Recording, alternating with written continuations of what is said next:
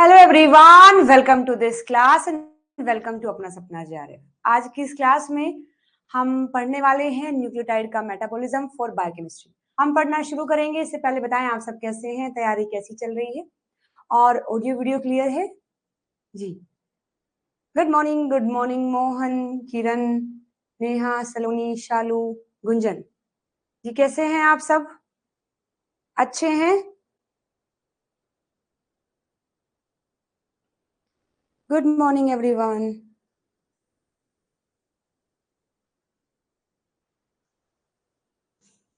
Good morning. अच्छे हो? कैसा रहा संडे? Good morning Anvesha. अच्छा रहा?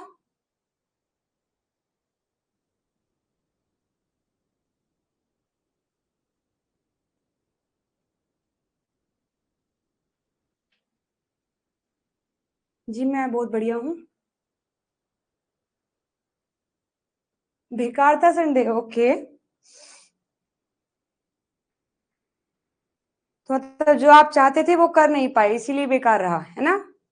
Good morning Janvi. हाँ, मुझे भी ऐसे लगता है मोहन ने अपना एचडब्ल्यू नहीं किया। जिसने भी अपना एचडब्ल्यू नहीं किया उसका संडे यानी यूजफुल नहीं रहा, है ना?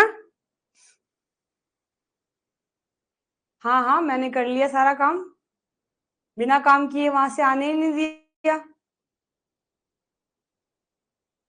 एचडब्ल्यू किया ये क्या होता है मुझे नहीं पता।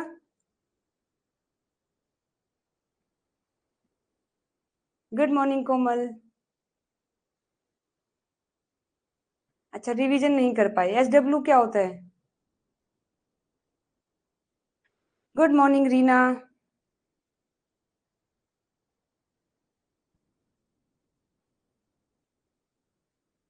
जी नहीं, घर नहीं गई थी। Good morning Tamoli. घर नहीं गई थी, यहाँ जहाँ मैं हूँ उससे थोड़ी ही दूरी पर घर बन रहा है तो वहां गए थे। अच्छा अच्छा, ठीक है। मतलब टेबल बन गई है। चलो ठीक है, टेबल मैंने कल पूछी नहीं, मुझे लगा चलो कोई बात नहीं, कल तक तैयार कर लेंगे। आज टेबल चेक करती हूँ सबकी। हाँ हाँ जी, न्यू होम। गुड मॉर्निंग विजय लक्ष्मी। फर्श नहीं बना अभी, फर्श बन रहा है।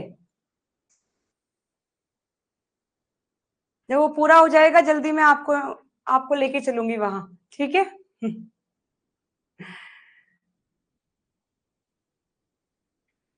चलिए जी, तो शुरू किया जाए पढ़ना। पढ़ना शुरू करें।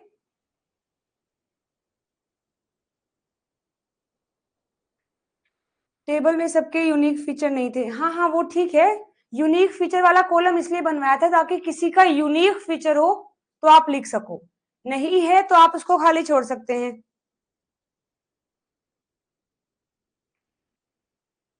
हाँ बिल्कुल, मैं बुलाऊंगी, आना आप सभी। चले? चले जी, ठीक है। नहीं, तुम आ भी सकते हो।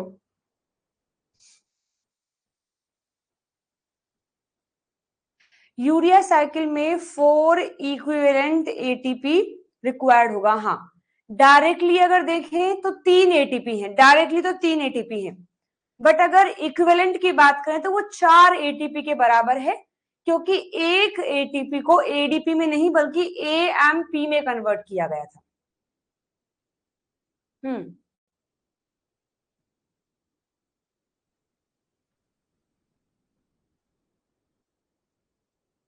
ठीक है।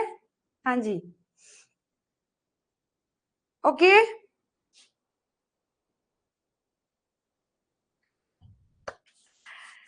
चलो जी, ठीक है। चलिए चलिए, ठीक है। सब तैयार हो गए ना? सभी जल्दी से,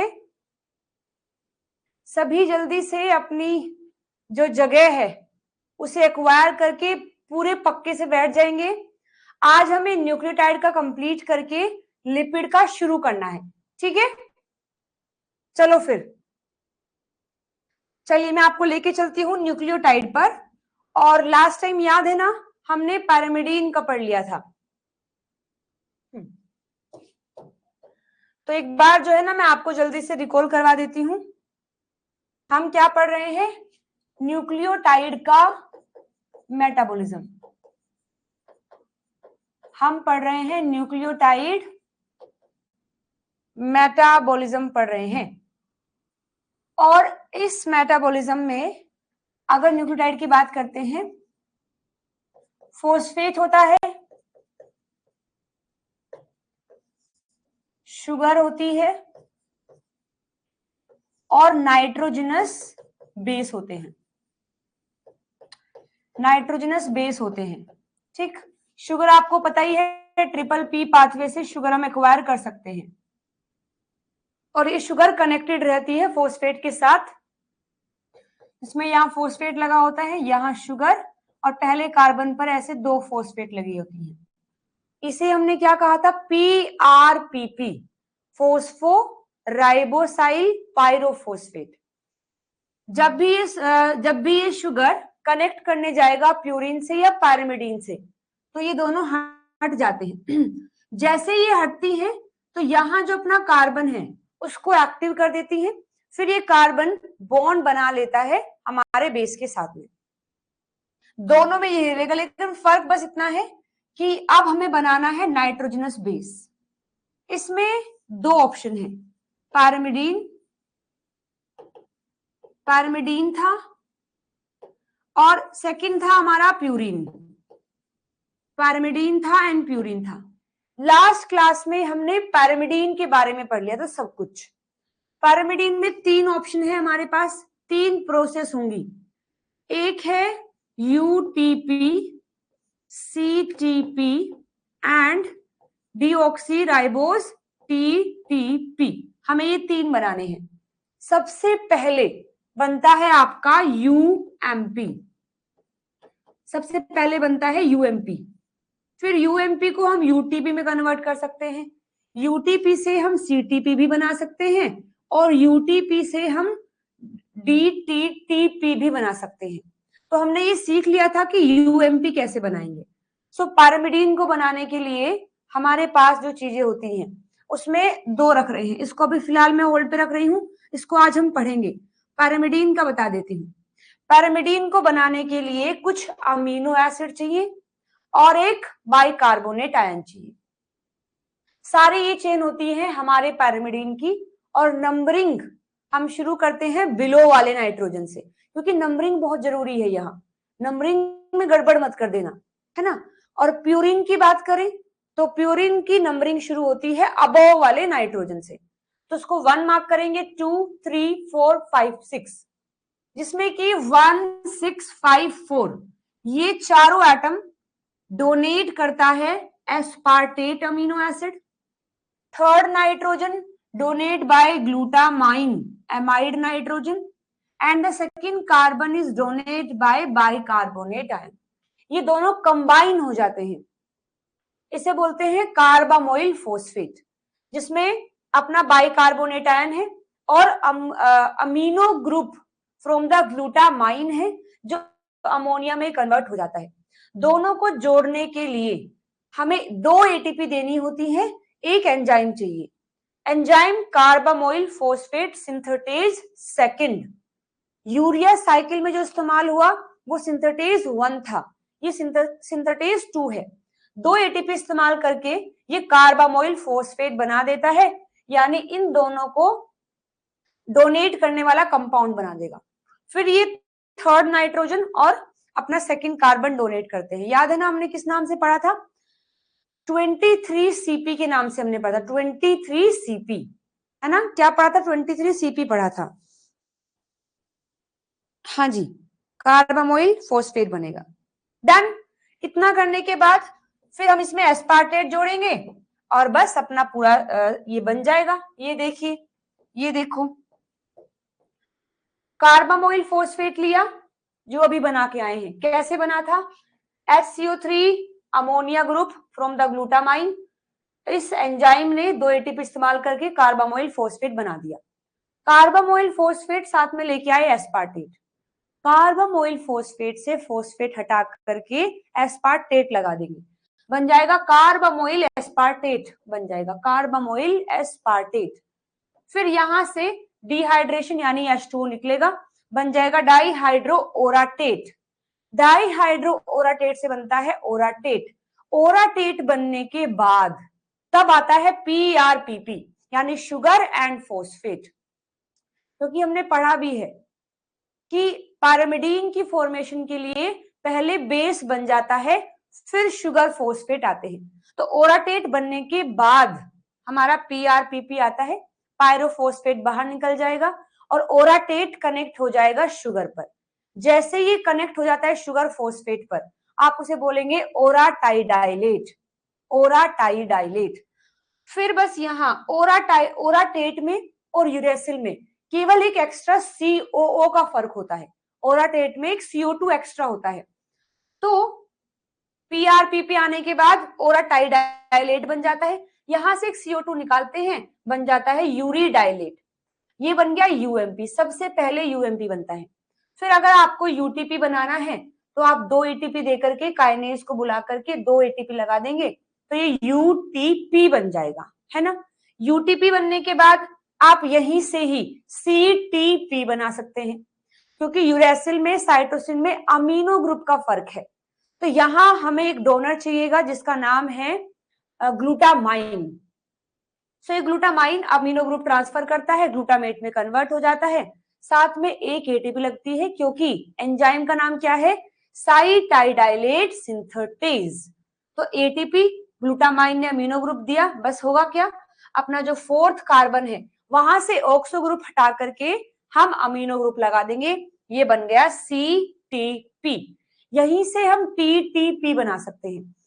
बट TTP बनाने के लिए पहले एक काम करना पड़ता है, रिडक्शन करके हमें अपनी राइबोस शुगर को डीऑक्सीराइबोस शुगर में कन्वर्ट करना है।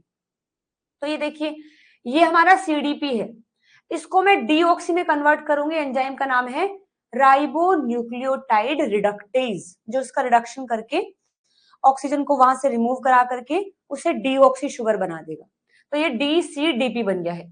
इसके बाद न्यूक्लियोसाइड डाइफॉस्फेट काइनेज आकर के इस पर एक और फोस्फेट लगाकर इसको DCTP बना देगा, ये DCTP बना देगा। अब हम क्या करेंगे, यूरेसिल से कैसे बना सकते हैं, ये बना दिया हमने CTP। अब अगेन यूरेसिल से हम बना रहे हैं TTP, तो इसको हमने DUTP में कन्वर्ट कर लिया। DUTP में कन्वर्ट करने के बाद DUTPase आता है और उसको फिर DUMP में कन्वर्ट करता है।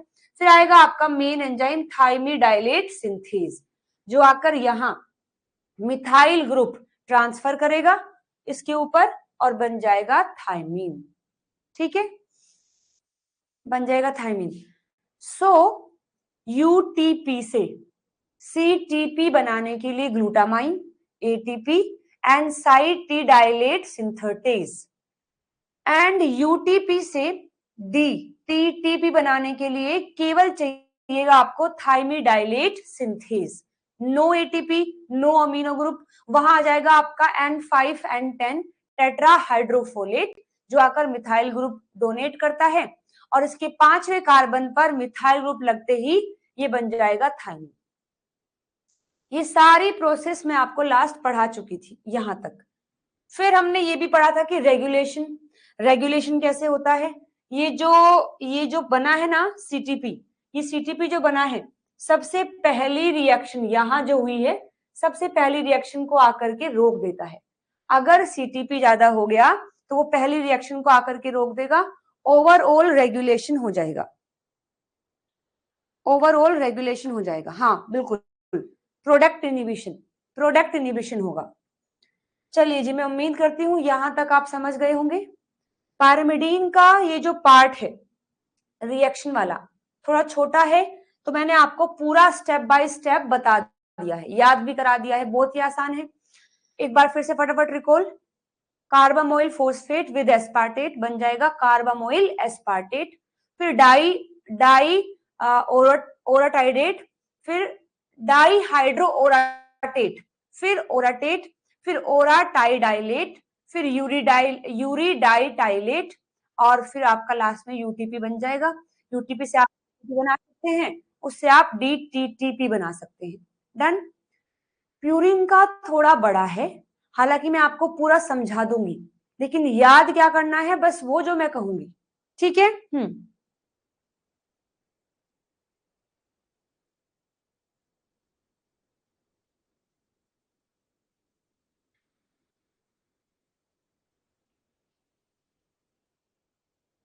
नहीं, दरअसल ये है किरण की गोल्डी मैम का जो टाइम है वो सुबह का ही है, शाम को उन्हें कुछ और काम होता है, तो उनको सुबह ही क्लास लेनी होती है, इसलिए फिर मैंने शाम की रखी हुई है।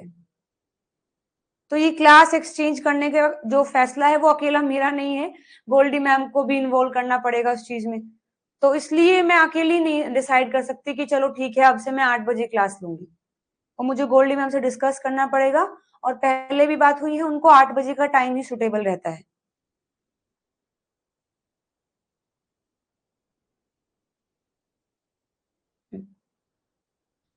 तो आप लोगों ने क्या क्या कमेंट किए हैं? अच्छा, एंजाइम के नाम बताए हैं, ठीक है, ओके। चलो गुड।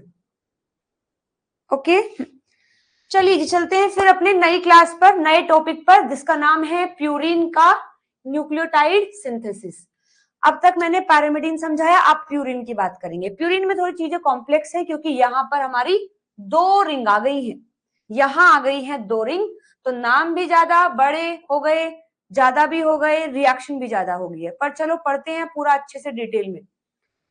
तो ये स्ट्रक्चर दिखाई दे रही होगी। नंबरिंग कहां से शुरू करेंगे? जो बड़े वाली रिंग है उसमें जो अबव आपका नाइट्रोजन है, यानी यहां से, इसे 1 कहेंगे, इसे 2 कहेंगे, इसे 3, इसे 4, इसे 5, इसे 6, इसे कहेंगे 7, इसे कहेंगे 8, इसे कहेंगे 9।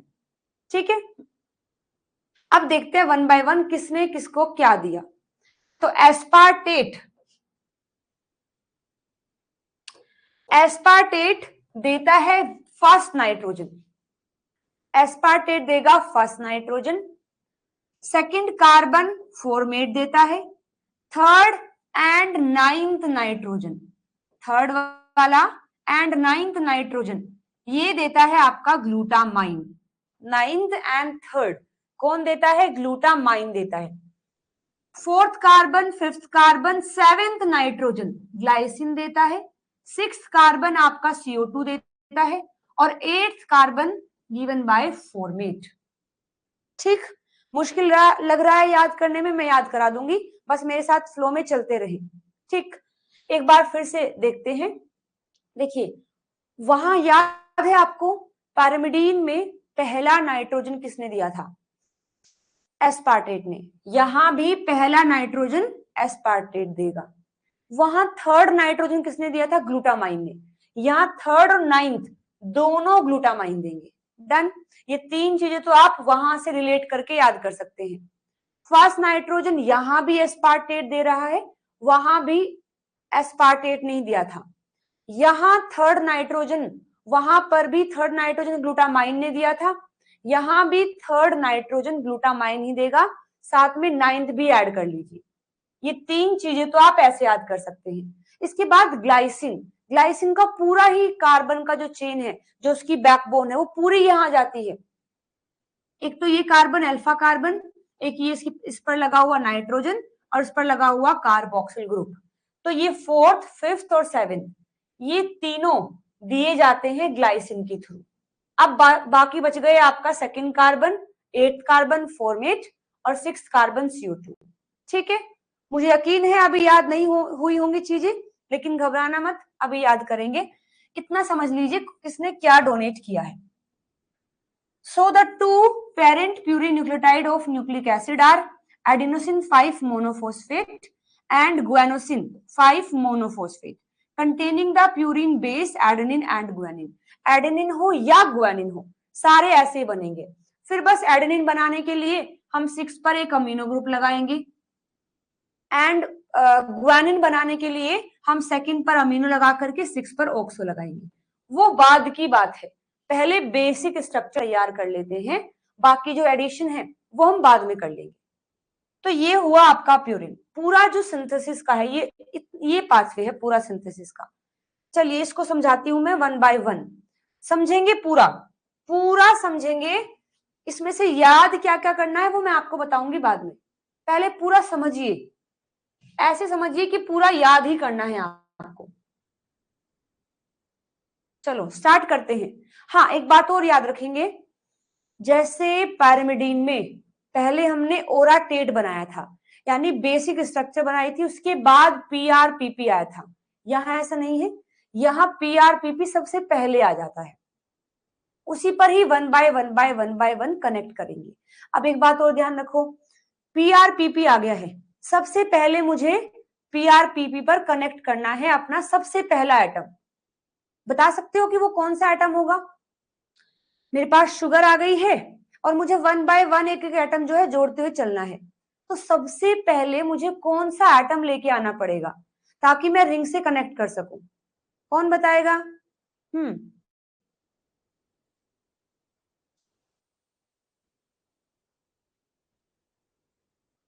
Good, very good. और बोलेंगे सभी? जी बहुत बढ़िया, वेरी गुड। हाँ समझ गए ना? समझ गए? क्योंकि देखो नाइन्थ नाइट्रोजन कनेक्ट होता है रिंग से, शुगर से मतलब, तो सबसे पहले तो नाइन्थ नाइट्रोजन ही लेके आना पड़ेगा ना, तभी तो वो रिंग से कनेक्ट होगा, और उस पर फिर one by one by one bye connect करेंगे। और नाइन्थ नाइट्रोजन किसने दिया? जिसने थर्ड दिया। थर्ड किसने दिया? ग्लूटामाइन ने दिया। तो यहां सबसे पहले ग्लूटामाइन लेकर के आएंगे, मतलब पीआरपीपी आ गया और फिर ग्लूटामाइन लेके आएंगे।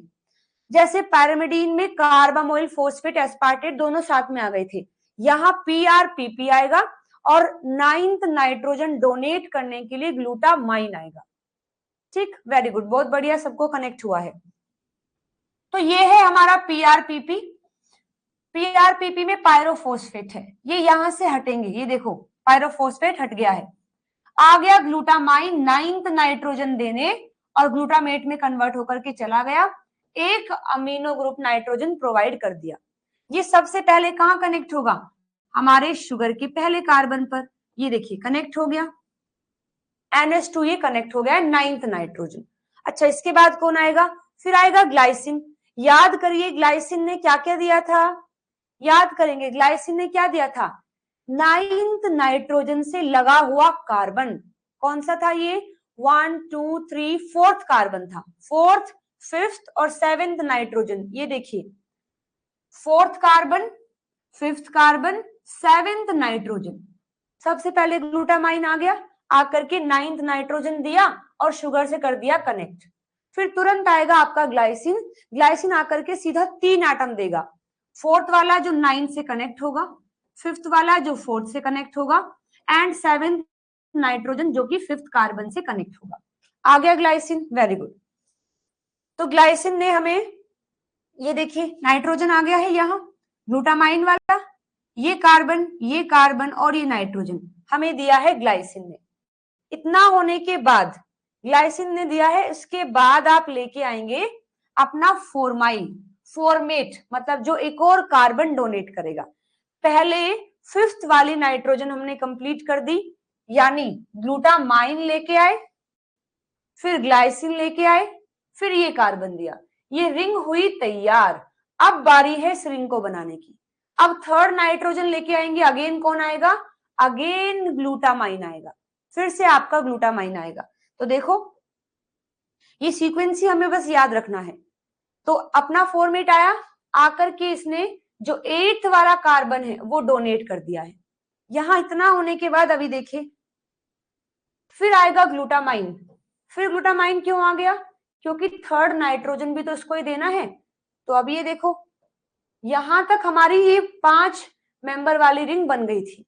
अभी ग्लूटामाइन आया, ग्लूटामाइन ने फिर एक नाइट्रोजन दिया जो कि थर्ड वाला होता है, तो बस ये यहाँ पर देखिए लग गया थर्ड वाला।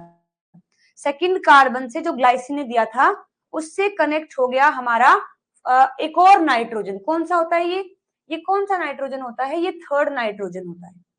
सो थर्ड नाइट्रोजन इसने डोनेट कर दिया ग्लूटामाइन ने। इतना होने के बाद अब किसे लेके आएंगे? यहां बन गया अपना। फिर इस रिंग को कंप्लीट कर दिया है। ये रिंग मतलब ये आ तो गया था 8वां कार्बन, बट यहाँ रिंग नहीं बनी थी, तो H2O निकाल करके एक ATP यूज करके यहाँ हम ये रिंग पूरी कंप्लीट कर देते हैं। इतना होने के बाद अभी हम क्या लेके आएंगे, ये बन गया। अब जो अपना इसके बाद 6th वाला कार्बन है वो लेके आएंगे। 6th कार्बन किसने डोनेट किया था, CO2 ने।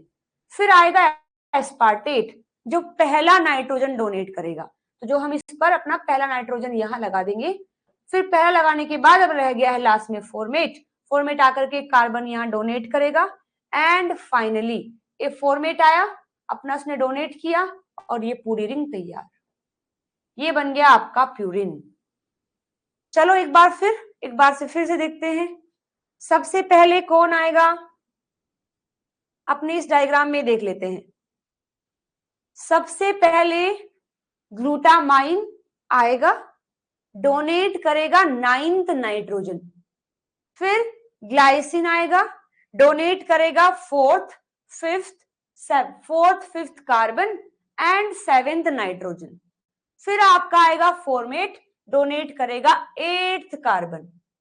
फिर आएगा ऐसा ग्लूटामाइन, डोनेट करेगा 3rd नाइट्रोजन। फिर ये रिंग तैयार होगी एक ATP का यूज करके एंड डिहाइड्रेशन करके। इतना होने के बाद फिर आता है आपका CO2, डोनेट करता है 6ठा कार्बन। फिर आता है एस्पार्टेट, डोनेट करता है पहला नाइट्रोजन। फिर आता है फॉर्मेट, डोनेट करता है 2nd कार्बन। ओके, हाँ, डन एवरीवन, समझ गई ना, वेरी गुड।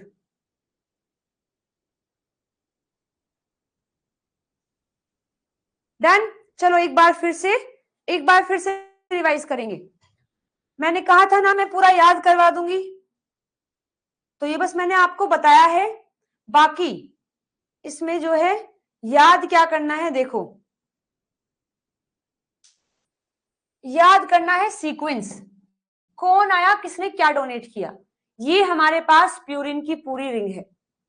सबसे पहले ग्लूटामाइन जो कि 3rd नाइट्रोजन डोनेट करता है। सबसे पहले 9th नाइट्रोजन लेने के लिए ग्लूटामाइन आएगा। फिर ग्लाइसिन 4, 5, 7, फिर ग्लाइसिन 4, 5, 7, यानी सबसे पहले ये फिर ये, इतना तैयार हो गया। फिर इसको लेके आएंगे, ये कौन देता है, फॉर्मेट। फिर फॉर्मेट आएगा 3rd पर जो 8वां कार्बन डोनेट करेगा। फिर से ग्लूटामाइन आएगा क्योंकि ये रिंग तैयार हुई, अब मुझे ये रिंग बनानी है, तो 3rd नाइट्रोजन के लिए कौन आएगा, ग्लूटामाइन। फिर सीधा ये वाला कार्बन 6ठा कौन, CO2। फिर एस्पार्टेट और फिर आ गया आपका अगेन फॉर्मेट जो 2nd कार्बन देगा। तो ग्लूटामाइन 3rd नाइट्रोजन, फिर CO2 6ठा कार्बन, एस्पार्टेट पहला नाइट्रोजन, फॉर्मेट फिर आपका 2nd कार्बन, फिर ये आपका 2nd कार्बन। बताइए अभी समझ आ गया? सब मुझे बताएंगे एक बार फटाफट, सब बातें समझ आ गई क्या, याद हुआ कुछ?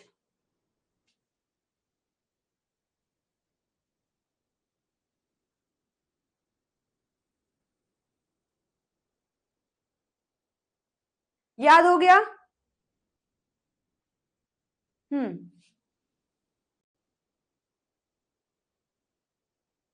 ठीक, एक बार फिर याद करते हैं।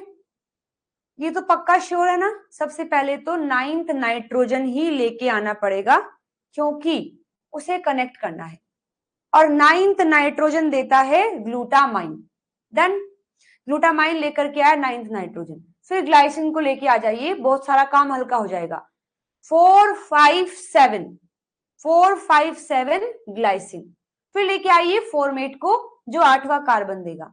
याद रखेंगे 5 मेंबर वाली रिंग पहले बनाएंगे, उसमें glutamine, glycine, then formate, 5 member ring complete, सारे एटम मतलब आ गए।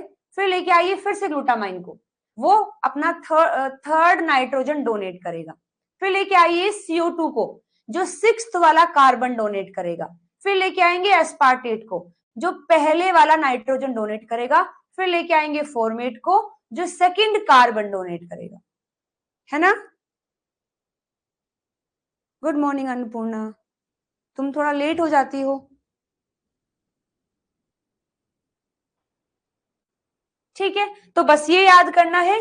पूरा पाथवे मैंने इसलिए समझाया ताकि ऐसा ना हो कि समझ ही ना आए कि कहां से चीजें आई हैं, कहां पर लगी हैं, कहां पर चीजें आई हैं, कहां पर लगी हैं, ये कंफ्यूजन ना हो, इसलिए पूरा पाथवे मैंने समझा दिया है।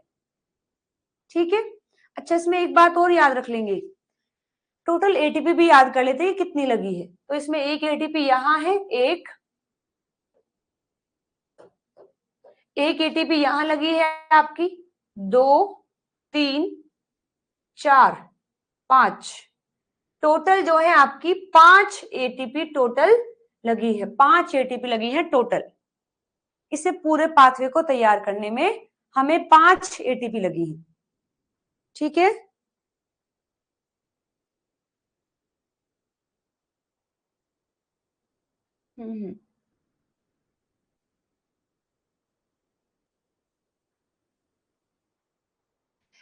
इस स्ट्रक्चर में बैकबोन ग्लाइसिन होगी। देखो कोमल, बैकबोन तो ये पूरा ही है, बस मैंने ये बताया था कि ग्लाइसिन की जो बैकबोन है ना पूरी, वो पूरी यहां आ जाती है। एस्पार्टेट केवल अपना नाइट्रोजन डोनेट करता है, ग्लूटामाइन भी केवल नाइट्रोजन, लेकिन ग्लाइसिन की पूरी जो बैकबोन होती है, ग्लाइसिन की जो पूरी बैकबोन है वो यहां ग्लाइसिन ने डोनेट कर दी है।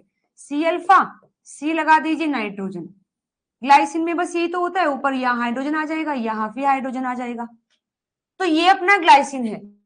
सो ग्लाइसिन ने अपनी पूरी बैकबोन डोनेट कर दी है इस स्ट्रक्चर को बनाने के लिए, जिसमें ये 4th कार्बन, ये 5th कार्बन और ये 7th नाइट्रोजन हो जाता है।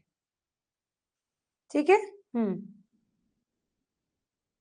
हाँ 4 5 7 सब कुछ दे दिया है, इसके पास कुछ बचा नहीं, मतलब मान लीजिए पूरा ग्लाइसिन आ गया है, तो ग्लाइसिन की पूरी बैकबोन इस स्ट्रक्चर में आ जाती है। डन, चलिए तो चलो आगे समझते हैं। प्यूरिन का ये स्ट्रक्चर बना। अब एक बात और समझेंगे, जैसे पैरामिडीन में डायरेक्ट यूरेसिल नहीं बना था ना, ओराटेट बना था, यहां भी डायरेक्ट आपका एडेनिन या ग्वानिन नहीं बनेगा, एक बेसिक स्ट्रक्चर बनती है जिसका नाम ना तो एडेनिन है ना ग्वानिन है, उसका नाम क्या है, हाइपोजेंथिन। तो ये पार्ट भी याद रखेंगे। तो जैसे फ्यूमरेट आने के बाद फाइनली हमें जो स्ट्रक्चर मिली है, अच्छा देखो ये कंप्लीट अपनी रिंग तैयार होती जा रही है। अब जो आपको मिला है इसको कहेंगे इनोसिनेट, इसे आप कहेंगे इनोसिनेट। जैसे अगर पूछा जाए पैरामिडीन का, सो पैरामिडीन का इमीडिएट प्रिकर्सर ओराटेट होता है, ऐसे ही हमारे प्यूरिन का जो इमीडिएट प्रिकर्सर है, जिसके तुरंत बाद या तो एडेनिन या ग्वानिन बनेगा, वो आपका इनोसिनेट होता है। इनोसिनेट, जिसमें शुगर है अपना, ये फॉस्फेट है। और इनोसिनेट में क्या फर्क है, ना ही तो ये एडेनिन है ना ही ये ग्वानिन है। देखो कैसे, एडेनिन में 6th कार्बन पर अमीनो आता है, यहां अमीनो नहीं है, तो ये एडेनिन तो नहीं है। ग्वानिन की बात करें, ग्वानिन में यहां ठीक है ऑक्सो आता है, लेकिन यहां आता है अमीनो ग्रुप, वो नहीं है, तो ना ही तो ये एडेनिन ना ही ये ग्वानिन, ये इसको बोलते हैं इनोसिन, इसे बोलते हैं इनोसिन। जैसे वो शुगर पर कनेक्टेड है तो बोलेंगे inosinate, this is the immediate precursor. जैसे पैरामिडीन में क्या था, ओराटेट, या फिर कहेंगे ओराटाइडाइलेट, जो है वो इमीडिएट प्रिकर्सर है। प्यूरिन के लिए इनोसिनेट इज द इमीडिएट प्रिकर्सर। ठीक है, तो उसमें क्या करना है, अगर मुझे इनोसिनेट से एडेनिन बनाना है तो एक अमीनो एसिड आएगा, अमीनो ग्रुप डोनेट करेगा और यहां से ऑक्सो को रिप्लेस करके अमीनो ग्रुप लगा देगा, तो इनोसिनेट से बन जाएगा एडेनिन। और बनाना है अगर ग्वानिन, तो उसको एज इट इज रहने देंगे। वहां भी एक और अमीनो एसिड चाहिएगा जो अमीनो ग्रुप डोनेट करेगा और वो लगेगा सेकंड वाले कार्बन पर, फिर ये बन जाएगा गुआनोसिन। इतना याद रखेंगे। अब ये जो पूरा पाथवे में समझाने जा रही हूं, ये पूरा आपको याद करना है। हमने क्या बनाया, इस पूरे पाथवे से इनोसिनेट बना लिया है। क्या फर्क है इनोसिनेट में और बाकी में? यहाँ छठे कार्बन पर ऑक्सो लगा होता है, बाकी सब चीजें सेम है। आ गया इनोसिनेट। इनोसिनेट से बाकी चीजें कैसे बनेंगी?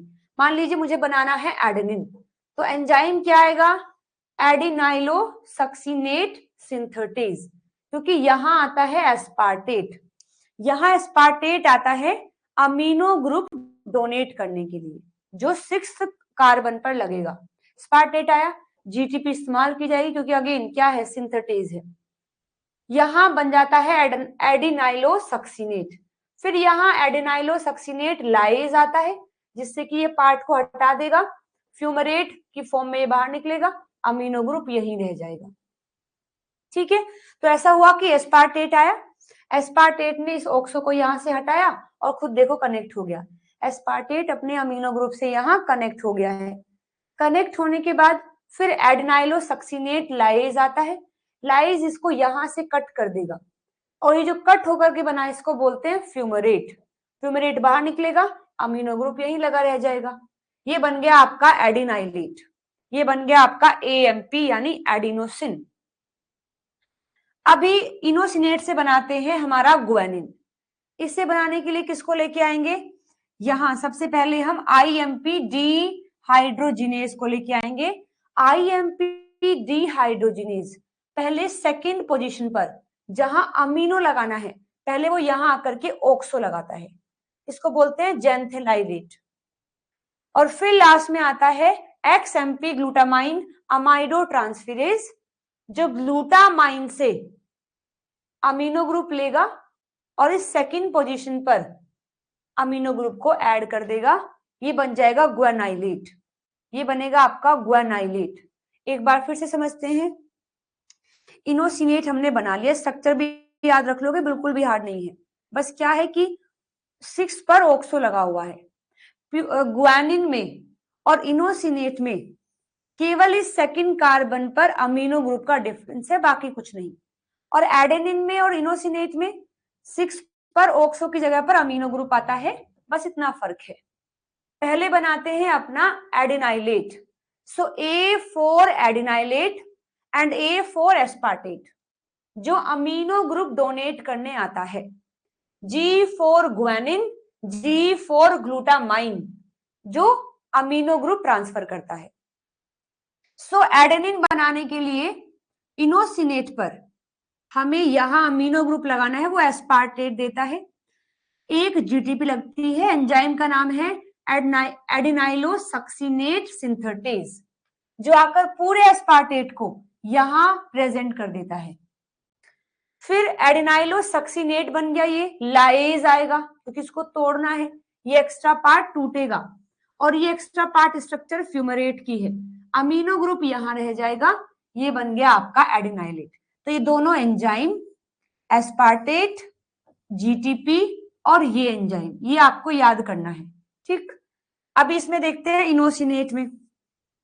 इनोसिनेट में मुझे ये ऑक्सो ग्रुप तो नहीं हटाना है, मुझे बस यहाँ एक नया लगाना है, लेकिन मैं डायरेक्ट यहाँ अमीनो नहीं लगा सकती, पहले यहाँ ऑक्सो लगेगा। तो आईएमपी डी हाइड्रोजिनेज लेकर के आए, इसका हमने किया ऑक्सीडेशन, इसका कर देंगे रिडक्शन। ऑक्सीडेशन करने का मतलब यहाँ हमने ऑक्सीजन ऐड कर दिया, तो ऑक्सीडेशन किया है, तो आईएमपी डी हाइड्रोजिनेज आता है, जिसमें एनएडी को रिड्यूस कर देंगे और इनोसिन को हम ऑक्सीडाइज करके सेकंड कार्बन पर ऑक्सो लगा देंगे। जैसे ही यहाँ ऑक्सो लगता है, अब इसका नाम इनोसिनेट न रह करके जेंथाइलेट हो जाएगा। फिर बस यहाँ ग्लूटामाइन आएगा और एक्सएमपी ग्लूटामाइन अमाइडो ट्रांसफेरेज का मतलब है कि ऐसा एंजाइम जो ग्लूटामाइन से अमीनो ग्रुप को यहां ट्रांसफर कर देगा, किस पर? जेंथेनाइलेट पर। अब इस ऑक्सो को हटाओ और यहां लगा दो अमीनो ग्रुप, ये बन गया आपका ग्लूटामाइन। सॉरी, ये बन गया आपका ग्वेनाइलेट, यानी ग्वेनोसिन बन गया है। डन एवरीवन, डन, समझ गए हैं? अब इसमें पढ़ना क्या क्या है, क्या क्या याद करना है? इसमें आपको याद करना है, हमने यहां से शुरू किया था, यहां से, ये तो बहुत जरूरी है, शॉर्ट नोट्स में जरूर जरूर ऐड करेंगे ये वाला पार्ट, किसने क्या डोनेट किया है, विद नंबरिंग याद रखना है आपको। आफ्टर दैट ये नहीं पढ़ना है, अच्छा ये भी नहीं पढ़ना है क्योंकि सब हमने सीक्वेंस में लिखा हुआ है, तो ये भी नहीं पढ़ेंगे, बस ये समझाने के लिए है।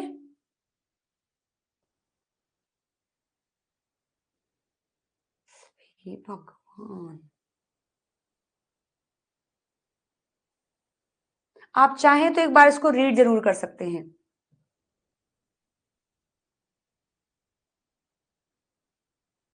ठीक है, ये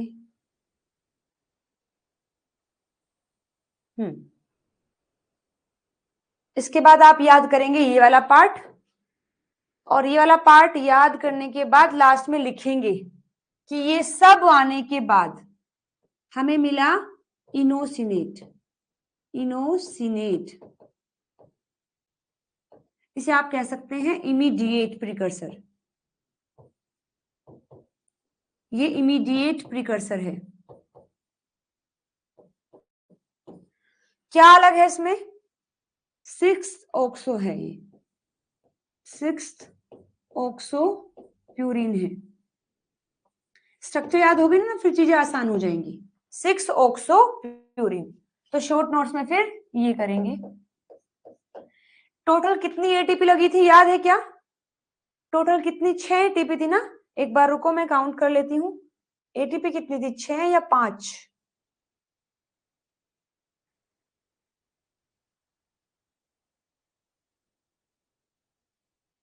5, हाँ, टोटल 5 एटीपी यूज्ड।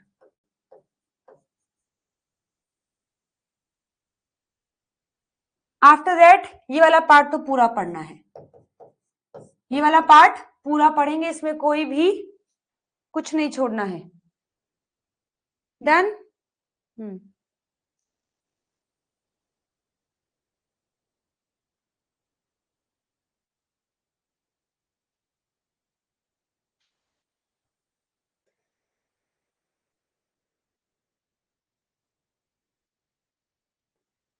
क्या कह रही हूँ, इनोसिनेट सिन पोजीशन में है।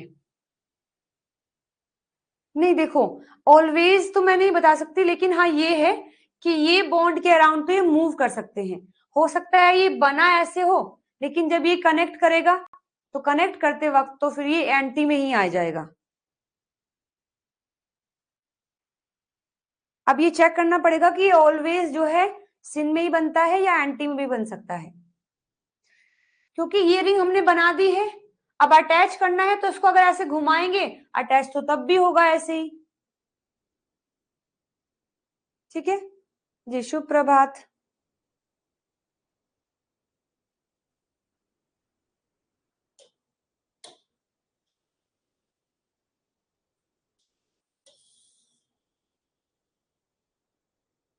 तो अपना ये बन गया है, ये सारी बातें आप लिखेंगे, इसके बाद ये जरूर पढ़ना है। हाँ चलो फिर आगे, रेगुलेशन। अब हम पढ़ लेते हैं रेगुलेशन, कि अगर इस पाथवे को रेगुलेट करना है, मुझे एटीपी एएमपी कुछ नहीं बनाना है, तो किस तरीके से रेगुलेट करेंगे, कौन कौन से एंजाइम पर प्रोडक्ट इनिबिशन हो सकता है।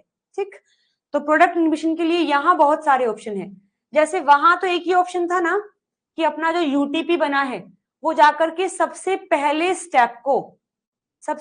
स्टेप को जाकर रोक रहा था। यहाँ कई सारे मैकेनिज्म हैं रेगुलेट करने के, जिसमें सबसे पहले देखते हैं, हमने ये देखा कि राइबोज 5 फोस्फेट आया जिससे पीआरपीपी बनता है। पीआरपीपी कैसे बनेगा, राइबोज 5 फोस्फेट पर मुझे 2 फोस्फेट और ऐड करने हैं, तो राइबोज फॉस्फेट पायरोफोस्फोकाइनेज आता है, जो आकर हमारे आरपी को पीआरपीपी बना देता है। सबसे पहला स्टेप ये पीआरपीपी बनाने के लिए, शुगर फॉस्फेट पायरोफोस्फेट बनाने के लिए।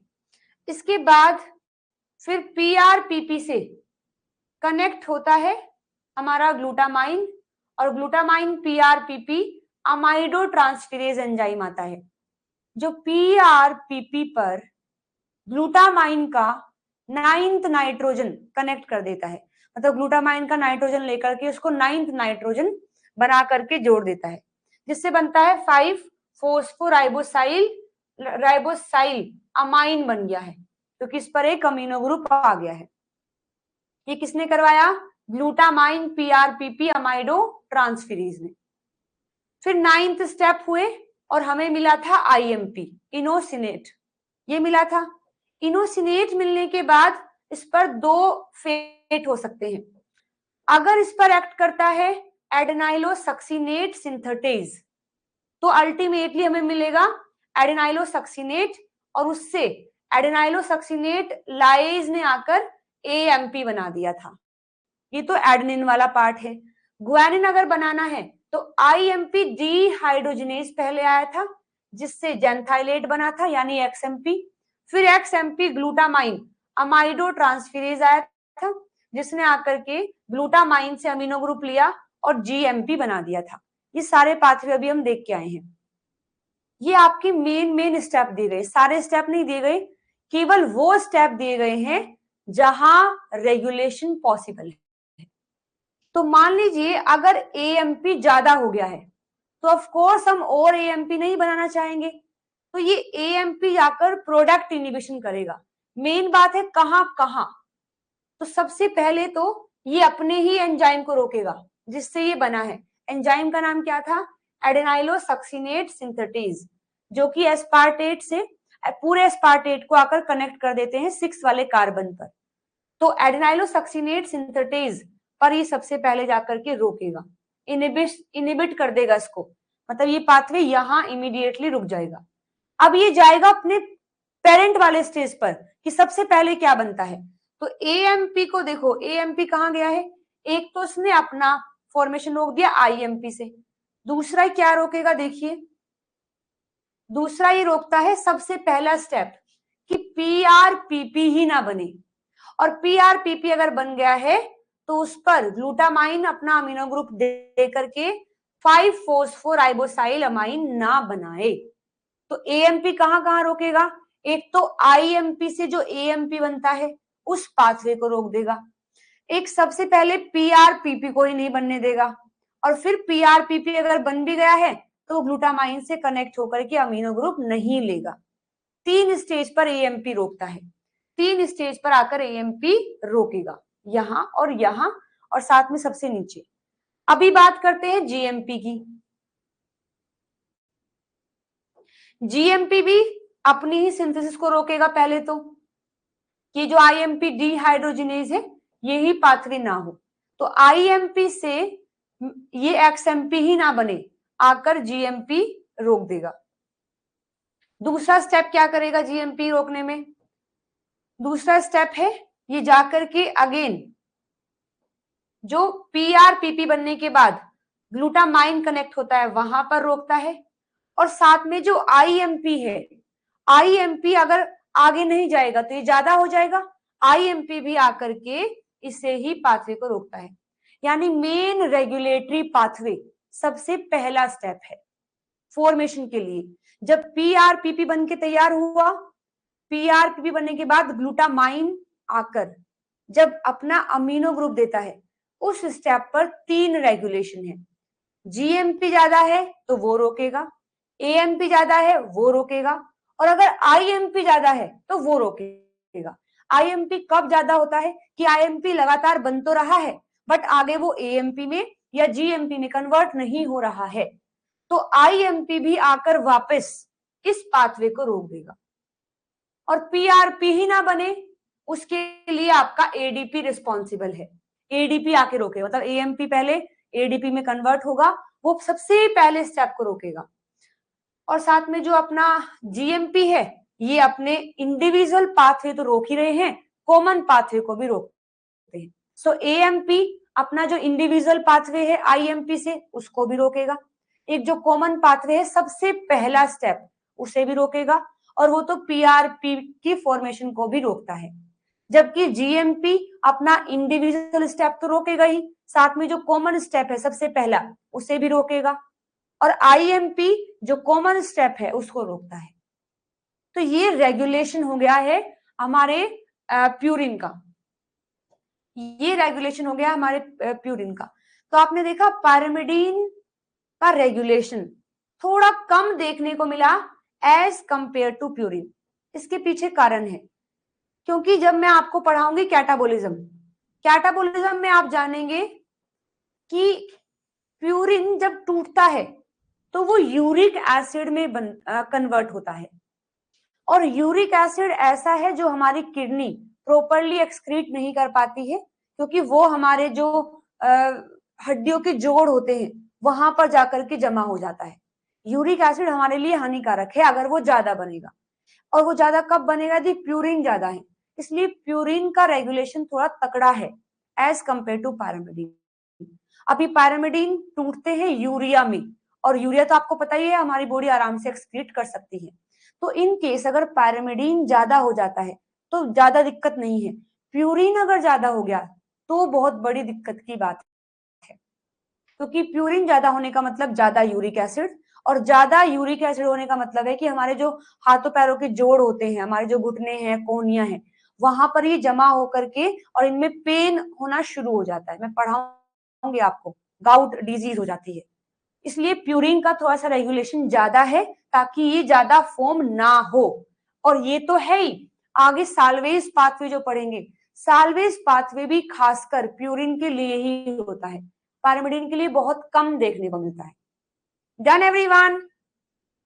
तो ये आपका प्यूरिन का पाथवे खत्म हुआ। अब मैं आपको पढ़ाऊंगी साल्वेज पाथवे। याद होगा फॉर्मेशन के लिए डी नोवो पाथवे था and salvage pathway. De novo में सब कुछ चीजें बिल्कुल नई नई बनी है, देख रहे हैं ना आप, हमने कुछ भी पुराना इस्तेमाल नहीं किया, हर एक डोनर को लेके आए, अलग अलग एटम डोनेट करके हमने बनाया।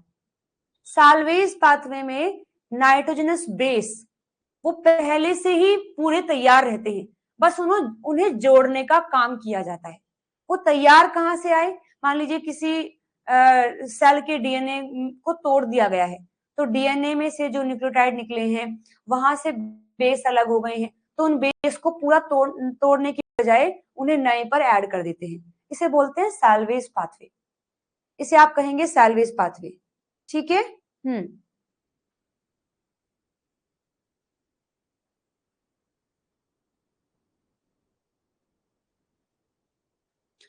एएमपी पेरेंट लेवल पर इनिबिट करेगा तो जीएमपी तो ऑटोमेटिकली इनिबिशन हो जाएगा। हाँ, ये बिल्कुल ऐसे है ना कि आईएमपी बन गया है, आईएमपी से आपका एएमपी भी बन सकता है, जीएमपी भी। अब वो दोनों अपना अलग अलग काम करेंगे ना। जीएमपी अपने लेवल पर काम करेगा, सेम पाथवे को रोकेगा अपने लेवल पर, कि वो ज्यादा हो गया तो वो अपने लेवल पर करेगा। हम ऐसा नहीं कर सकते ना कि जीएमपी के लिए भी हम एएमपी को ही काम पर लगा दे, ये अपने अपने अलग इंडिविजुअल काम करेंगे। एएमपी अगर ज्यादा हो गया है तो वो अब ये नहीं वेट करेगा कि जीएमपी ज्यादा होगा फिर जीएमपी जाकर के रोकेगा, वो खुद भी रोक देगा। अगर जीएमपी मान लीजिए ज्यादा है तो जीएमपी अब एएमपी का वेट नहीं करेगा कि वो जाकर के रोकेगा, वो ज्यादा है तो वो भी जाकर कनेक्ट हो जाएगा। तो दोनों को हमने सेम कैपेबिलिटी दी है इनिबिट करने की, कि तुम भी इनिबिट कर सकते हो और तुम भी कर सकते हो।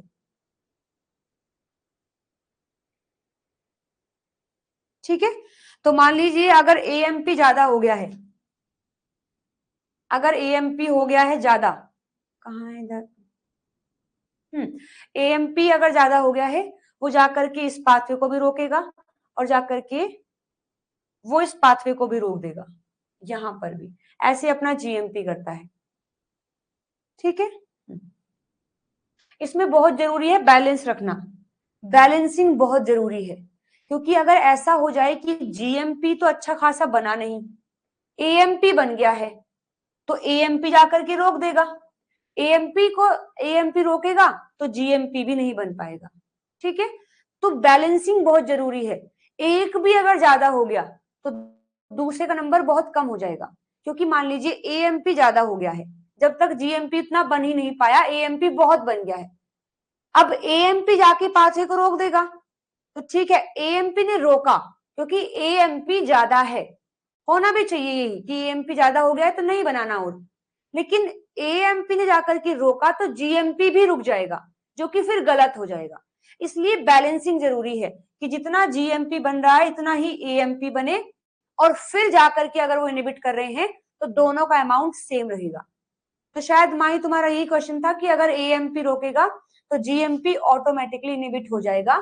बैलेंसिंग अगर है तब ये फिनोमेना बिल्कुल सही है, अगर इम्बैलेंस हुआ तब दिक्कत आ जाएगी। और मैं पढ़ाऊंगी भी आपको एक केस, एक डिजीज ऐसी है जिसमें एएमपी ज्यादा हो जाता है, और एएमपी ज्यादा होने की वजह से वो जाकर के इनिबिशन करेगा, जिससे जीएमपी बिल्कुल ही कम हो जाता है, क्योंकि वो हमेशा ज्यादा बन रहा है, वो जाकर के रोकेगा तो जीएमपी तो कभी बन ही नहीं पाएगा। तो डिजीज कंडीशन भी है ये एक। हाँ, ओके एवरीवन, चलिए तो इतना पढ़ना है रेगुलेशन में। रेगुलेशन में बस एक बार ये डायग्राम ड्रॉ कर लेंगे, ये लिख लेंगे कौन कहां रोक रहा है। जीएमपी अपना individual and common pathway, AMP अपना इंडिविजुअल भी, कॉमन पाथवे भी, और सबसे पहले वाला पाथवे भी, और आईएमपी रोकता है कॉमन पाथवे को, जो सबसे पहले वाला स्टेप है। तो ये पूरा डायग्राम ड्रॉ करेंगे रेगुलेशन को लेकर के। अब चलिए पढ़ते हैं साल्वेज पाथवे। साल्वेज पाथवे क्या है? तो देखिए, free purine and pyrimidine base are constantly released in cell during the metabolic degradation of nucleotide. Free purine are in large part salvaged and reused to make the nucleotide in a pathway much simpler than the de novo synthesis of purine nucleotide. तो large purine, बहुत सारे purine ऐसे हैं जिनको salvage कर लिया जाता है, मतलब रीयूज कर लिया जाता है।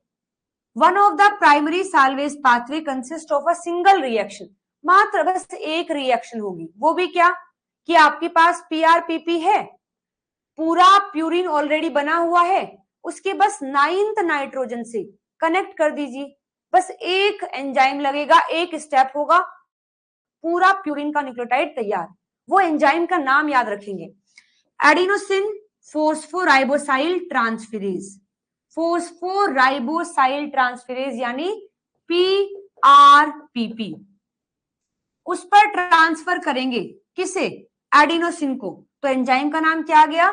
एडिनोसिन फोस्फोराइबोसाइल ट्रांसफेरेज, इन विच फ्री एडेनिन रिएक्ट करेगा पीआरपीपी के साथ और हमें करस्पॉन्डिंग एडेनिन न्यूक्लियोटाइड बना करके दे देगा। तो एडेनिन वाला बनाना है तो हम इस एंजाइम का इस्तेमाल करेंगे, ठीक। इसके बाद ग्वानिन बनाना है तो free guanine and hypoxanthine. Hypoxanthine क्या होता है? Deamination product of adenine. अगर एडेनिन का डीएमिनेशन कर दिया जाए तो वो हाइपोजेंथिन कहलाता है। Are salvaged in the same way by hypoxanthine guanine phosphoribosyl transferase. इसका नाम क्या है? हाइपोजेंथिन, इसको बोलते हैं HGPRT, यानी hypoxanthine guanine phosphoribosyl transferase, राइबोसाइल transferase. तो ये एंजाइम हमें यूज करना है अगर ग्वानिन या हाइपोजेंथिन बनाना है। A similar salvage pathway exists for pyrimidine bases in microorganism and possibly in mammals. Pyrimidine phosphoribosyl transferase will reconnect uracil but not cytosine to PRPP. मतलब बहुत कम देखने को मिलता है, उसमें भी खाली बस यूरेसिल के लिए देखा गया है। एंजाइम का नाम pyrimidine phosphoribosyl transferase। मेन तो आपके दो ही हैं, प्यूरिन बनाएंगे and adenine and guanine. Reason मैं बता चुकी हूं आपको, हम चाहते हैं प्यूरिन ज्यादा से ज्यादा रीयूज कर लिया जाए ताकि उसका एक्सक्रीशन कम करना पड़े, क्योंकि जब वो टूटेगा तो वो यूरिक एसिड बनाएगा और यूरिक एसिड बॉडी में ज्यादा नहीं होना चाहिए, इसलिए प्यूरिन को तोड़ने की बजाय ज्यादा रीयूज किया जाता है। इसीलिए साल्वेज पाथवे खासकर केवल प्यूरिन के लिए है, जिसमें ये दो एंजाइम मेन है आपके, एडेनोसिन फोस्फोराइबोसाइल ट्रांसफेरेज, इसको आप याद कर सकते हैं एडेनिन, एडेनिन पीआरटी से, A PRT adenosine phosphoribosyl transferase, ये आपका एचजीपीआरटी है। Hypoxanthine guanine P phosphoribosyl transferase. Done everyone? तो ये भी शॉर्ट नोट्स में जरूर ऐड करेंगे दोनों एंजाइम का नाम और ये क्या कर रहे हैं, ठीक है।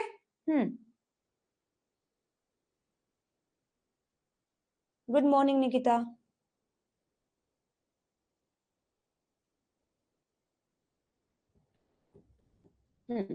गुड, चलो फिर आगे बढ़ते हैं।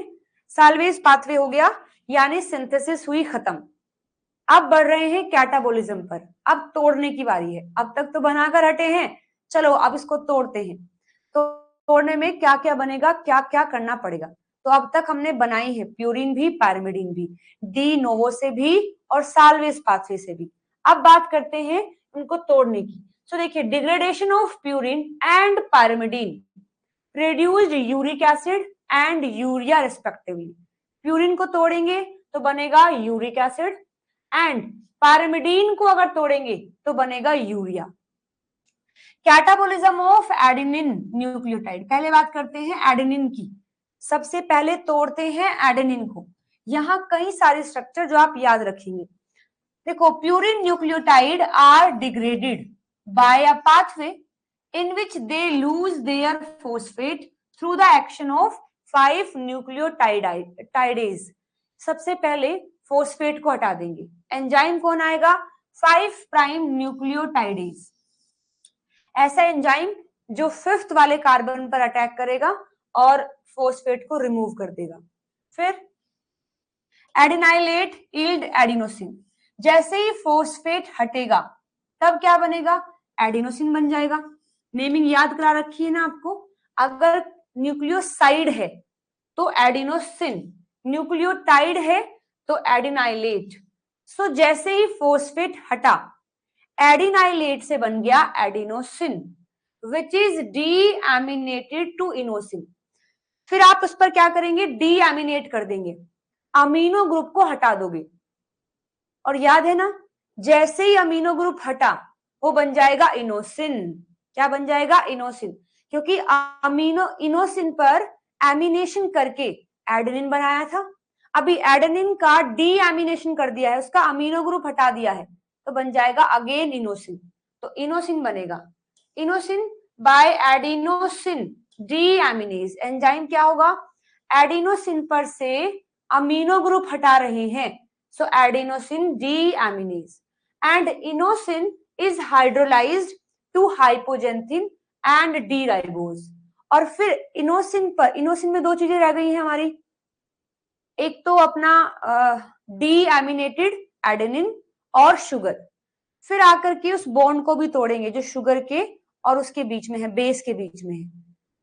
जैसे ही वो अलग होगा और वो जो आपको बेस मिला है, प्यूरिन जो मिला है, उसे आप कहेंगे हाइपोजेंथिन, उसे आप कहेंगे हाइपोजेंथिन। यानी बात दरअसल ये है कि एडेनिन के छठे कार्बन पर से अगर आप अमीनो ग्रुप हटा देते हैं और वो अगर शुगर से कनेक्टेड है तो नाम है इनोसिन, अगर हटा दिया तो नाम है हाइपोजेंथिन। ठीक है, फिर आगे देखो, hypoxanthine is oxidised successfully to xanthine. अब हाइपोजेंथिन को ऑक्सीडाइज्ड करेंगे, जेंथिन बना देंगे, एंड देन यूरिक एसिड, और फिर वो यूरिक एसिड में कन्वर्ट होता है by xanthine oxidase, a flavo enzyme with an atom of molybdenum and 4 iron sulphur centre in its prosthetic group. इस एंजाइम के बारे में बता रही है। Molecular oxygen is the electron acceptor in this complex reaction. चलो एक बार समझते हैं डायग्राम से, हालांकि दोनों का कॉमन डायग्राम है, लेकिन समझ लेते हैं पहले एडेनिन के बारे में। एडेनिन का ब्रेकडाउन ग्वानिन से थोड़ा अलग है।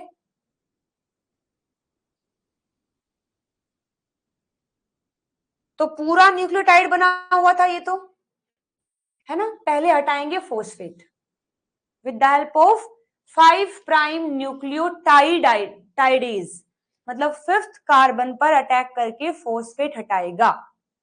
अब इन न्यूक्लियोटाइड से बन जाएगा न्यूक्लियोसाइड, जिसे आप कहेंगे एडिनोसिन। अब शुगर नहीं हटाएंगे, पहले शुगर नहीं हटाएंगे, पहले बेस पर जो अमीनो ग्रुप लगा है, 6th अमीनो प्यूरिन है ये, उस अमीनो ग्रुप को हटाएंगे with the help of adenosine deaminase, जो अमीनो ग्रुप को यहां से हटा देगा।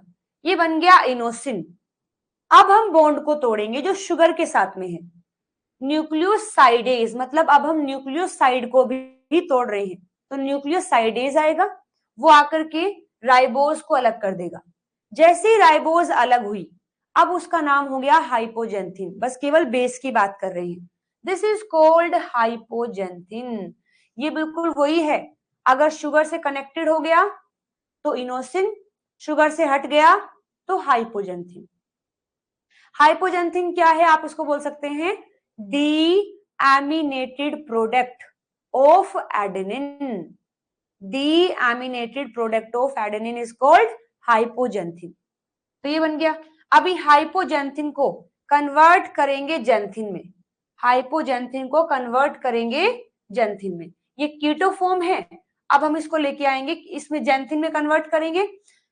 एंजाइम आएगा जेंथाइन ऑक्सीडेज। क्या फर्क आया है दोनों में, ये जो अपना सेकंड वाला कार्बन है उस पर OH आ गया है, ठीक, तो जेंथाइन ऑक्सीडेज यहां OH लगाएगा।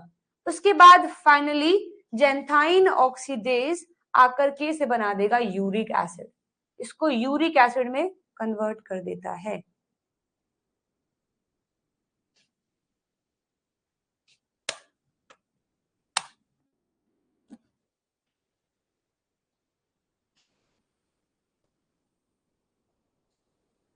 चलो 2 मिनट का वेट, 2 मिनट नहीं लगेंगी, 5 सेकंड लगेंगी।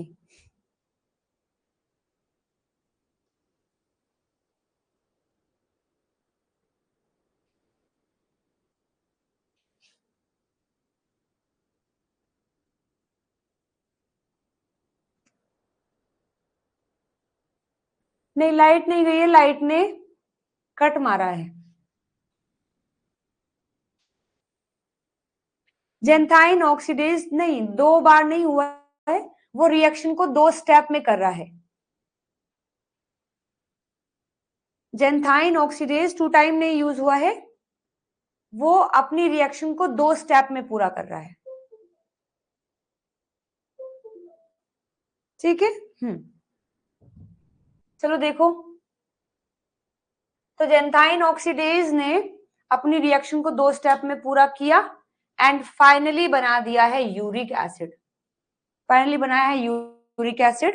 यूरिक एसिड में फर्क देखो, यहां पर बस OH आ गया है आपका, यहां OH आ गया है और यहां OH आ गया है, बाकी हाइपोजेंथिन ही है। हाइपोजेंथिन का 8वां कार्बन पर OH एंड दूसरे कार्बन पर OH लगाता है जेंथाइन ऑक्सीडेज, तब ये बन गया यूरिक एसिड। Done everyone. चलो अभी कंपैरिजन में पढ़ते हैं गुआनिन का। गुआनिन में क्या हुआ है, गुआनिन में सबसे पहले अगेन यहां भी हमने फॉस्फेट हटाया, जैसे यहां हटाया था, बना दिया गुआनोसिन। और दूसरा स्टेप है, अब सीधा शुगर हटाओ। पहले फॉस्फेट हटाया, न्यूक्लियोटाइड बनाया, न्यूक्लियोटाइड से अभी न्यूक्लियोसाइड बन गया। न्यूक्लियोसाइड को तोड़ो, मतलब शुगर हटाओ सबसे पहले। यहां तो क्या हुआ था, फॉस्फेट हटा करके अमीनो ग्रुप हटाया था, फिर शुगर हटाई थी। गुआनिन में फॉस्फेट हटा करके पहले शुगर हटा देते हैं। तो गुआनिन देखिए, गुआनिन आपके पास एज इट इज आ गया, गुआनिन आ गया है। गुआनिन आने के बाद फिर आएगा गुआनिन डीएमिनेज। अब इसका अमीनो ग्रुप हटेगा। जैसे ही अमीनो ग्रुप हटता है, ये क्या बन जाएगा, ये बनेगा आपका ये बनेगा आपका जेंथिन। जेंथिन बनेगा, क्योंकि यहां से इसको हटाएंगे तो हटाने के बाद यहाँ OH कनेक्ट होगा, बनेगा जेंथिन।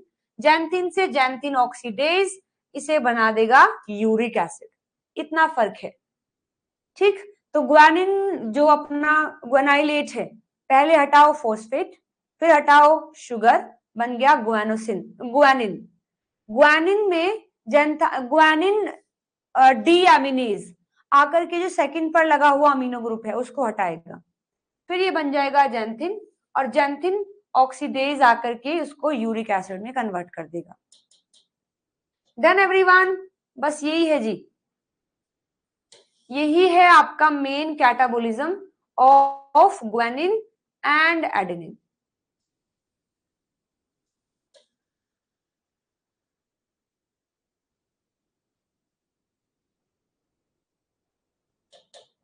तो शॉर्ट नोट्स में आप केवल ये डायग्राम ड्रॉ कर लेंगे जो लास्ट प्रोडक्ट बना है। एक बार 2 नंबर का क्वेश्चन बस यही आया था, what is the final product of purine catabolism, तो वो आपका यूरिक एसिड है। डन। तो बस ये समझने के लिए था, उसमें अगर आप याद भी करना चाहेंगे तो ये वाला पार्ट याद कर लेना, जैंथाइन ऑक्सीडेज के बारे में है जो, बाकी ये सब बातें हैं आपके डायग्राम के अंदर ही, खाली डायग्राम से काम चल जाएगा। इस डायग्राम को बनाते वक्त केवल बस नाम लिखेंगे, जीएमपी एंजाइम आया गुआनोसिन, एंजाइम आया गुआनिन, एंजाइम आया जैंथिन, एंजाइम आया यूरिक एसिड। इसमें एएमपी था, एंजाइम आया एडिनोसिन, फिर एक एंजाइम आया इनोसिन, फिर एक एंजाइम आया, फिर बना आपका हाइपोजेंथिन, फिर एक एंजाइम आया जैंथिन, और फिर उससे यूरिक एसिड। एंजाइम के नाम और क्या सबस्ट्रेट क्या प्रोडक्ट है ये। चलिए आगे देखते हैं नेक्स्ट। अब आ गए हैं यूरिक एसिड जो है इसका एक्सक्रीशन के बारे में जरा जान लेते हैं। यूरिक एसिड कितनी मात्रा में हमारे लिए ठीक है, कोई दिक्कत नहीं करेगा। तो देखो, uric acid is the excretory and product of purine catabolism in the primate, bird and some other animals. A healthy adult human excrete uric acid at a rate of about 0.6 gram per 24 hour. एक healthy जो adult human होता है वो कितना excrete कर सकता है, उसकी किडनी कितना यूरिक एसिड बाहर निकाल सकती है, केवल 0.6 ग्राम, केवल एक दिन में 0.6 ग्राम यूरिक एसिड एक हेल्दी ह्यूमन की किडनी एक्सक्रीट कर सकती है। The excreted product arise in part from ingested purine and in part from turnover of the purine nucleotide of nucleic acid. In most mammal and many other vertebrates, uric acid is degraded to allantoin by the action of urate oxidase. In other organism, the pathway is further extended. ये अलग अलग pathway दिखाया गया है आपको कि uric acid हमारे अंदर बना है। कुछ ऐसे हैं जैसे प्राइमेट है, बर्ड है, रेप्टाइल है, इंसेक्ट है, हमारे यहाँ प्यूरिन से बनता है यूरिक एसिड। लेकिन आगे जो मोस्ट मैमल्स हैं उनमें ये यूरिक एसिड आगे और एक्सटेंड कर सकता है क्योंकि इनके पास यूरेट ऑक्सीडेज होता है, वो उससे बना सकते हैं एलेंटोइन। फिर जो बोनी फिश होती है वो एलेंटोइन को आगे और कन्वर्ट कर सकते हैं क्योंकि उनके पास एलोन्टोनोज भी होता है जो इसको एलेंटोइन को कन्वर्ट कर देते हैं एलोन्टोएट में। फिर कुछ ऐसे जैसे कि एम्फीबियन है, कार्टिलेज फिश है, उनके पास और एक्सटेंड कर जाएगा। तो ये अलग अलग देखा गया है और किसी में ये यूरिया भी बन जाता है, बट हमारे पास तो यूरिक एसिड में ही रहेगा क्योंकि बाकी एंजाइम हमारे पास तो नहीं है। तो हमारे अंदर प्यूरिन अगर डिग्रेड हुआ तो वो यूरिक एसिड ही बनाएगा, ठीक। और यूरिक एसिड एक ह्यूमन, हेल्दी ह्यूमन की जो किडनी है वो केवल 0.6 ही एक्सक्रीट कर पा रही है, तो इससे ज्यादा नहीं बनने दिया जाएगा। इसीलिए प्यूरिन को ज्यादातर रीयूज किया जाता है, ना कि डिग्रेड कर दिया जाए, ठीक है। अब आगे देखिए पायरिमिडीन के बारे में। पायरिमिडीन का देखते हैं। The pathway for degradation of pyrimidine generally lead to production and thus to urea synthesis. Thymine for example is degraded to methyl malonyl semi aldehyde जो कि इंटरमीडिएट है वैलीन कैटाबोलिज्म का। मतलब अपना जो वैलीन अमीनो एसिड है ना, जब हम इसको कैटाबोलाइज करते हैं तो ये सेम कंपाउंड बनता है। तो पायरिमिडीन में थायमिन को जब डिग्रेड करेंगे तो ये भी सेम प्रोडक्ट देगा। It is further degrade through the propionyl coenzyme and methyl malonyl coenzyme to succinyl coenzyme. फिर अपना ये जो इंटरमीडिएट बना है इसको आगे हम कन्वर्ट कर सकते हैं प्रोपेनाइल coenzyme and methyl malonyl coenzyme में, और फिर यहाँ से हम सक्सिनाइल कोएंजाइम में भी बना सकते हैं। और आपको पता है इससे तो फिर हम ओए बना करके ग्लूकोज भी बना सकते हैं। तो उसमें देखिए सबसे पहले ये हमारा थायमिन आ गया है, थायमिन को कन्वर्ट किया डाईहाइड्रोथायमिन में, फिर यूरिडो ब्यूटायरेट में, फिर फाइनली अमाइनो आइसोब्यूटायरेट में, फिर हमने कन्वर्ट किया मिथाइल मेलोनाइल सेमीएल्डिहाइड में।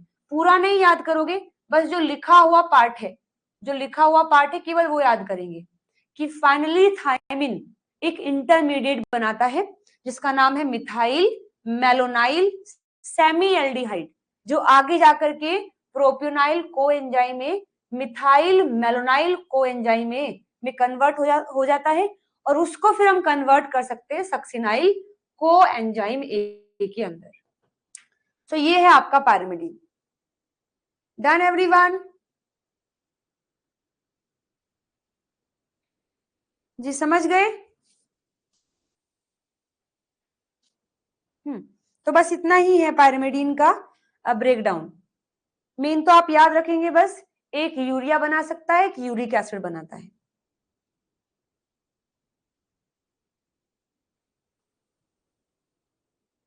अब कुछ डिजीज पढ़ा रही हूं मैं आप लोगों को। कुछ डिजीज हैं जो न्यूक्लियोटाइड की डेफिशिएंसी की वजह से या किसी भी एंजाइम की कमी की वजह से हो सकता है, जिसमें 2-3 डिजीज हैं। एक है आपका एडिनोसिन डी एमिनेज ADA डेफिशिएंसी। सो एडिनोसिन डी एमिनेज देखो क्या करेगा, आपको खुद समझिए इस एंजाइम ने क्या किया था। याद है इस एंजाइम ने क्या किया था?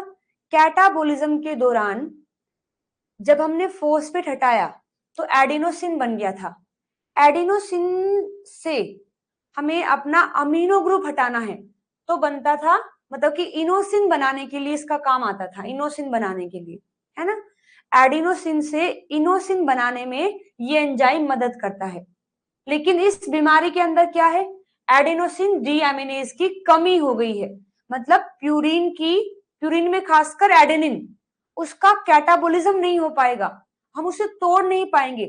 तोड़ नहीं पाएंगे तो वो बहुत ज्यादा हो जाएगा, ज्यादा हो जाएगा तो वो जाकर के पूरा प्रोडक्ट इनिबिशन कर देगा। तो देखो adenosine deaminase deficiency lead to severe combined immunodeficiency disease in which T lymphocyte and B lymphocyte do not develop properly। तो हालांकि हुआ क्या, इसमें ADA डेफिशिएंसी हुई है, लेकिन बीमारी का नाम क्या है? SCID यानी सीवियर कंबाइंड इम्यूनो डेफिशिएंसी। खासकर ये कहाँ देखने को मिलता है? हमारे इम्यून सिस्टम में जो lymphocyte, T lymphocyte and B lymphocyte होते हैं, उनके अंदर इस एंजाइम की कमी हो गई है। इस एंजाइम की कमी हो गई है यानी एडेनिन अच्छे से काम नहीं कर रहा है। एडेनिन की वजह से ग्वानिन की कंसंट्रेशन कम हो रही है। सो ओवरऑल आप कह सकते हैं कि T lymphocyte and B lymphocyte develop नहीं कर पाएंगे।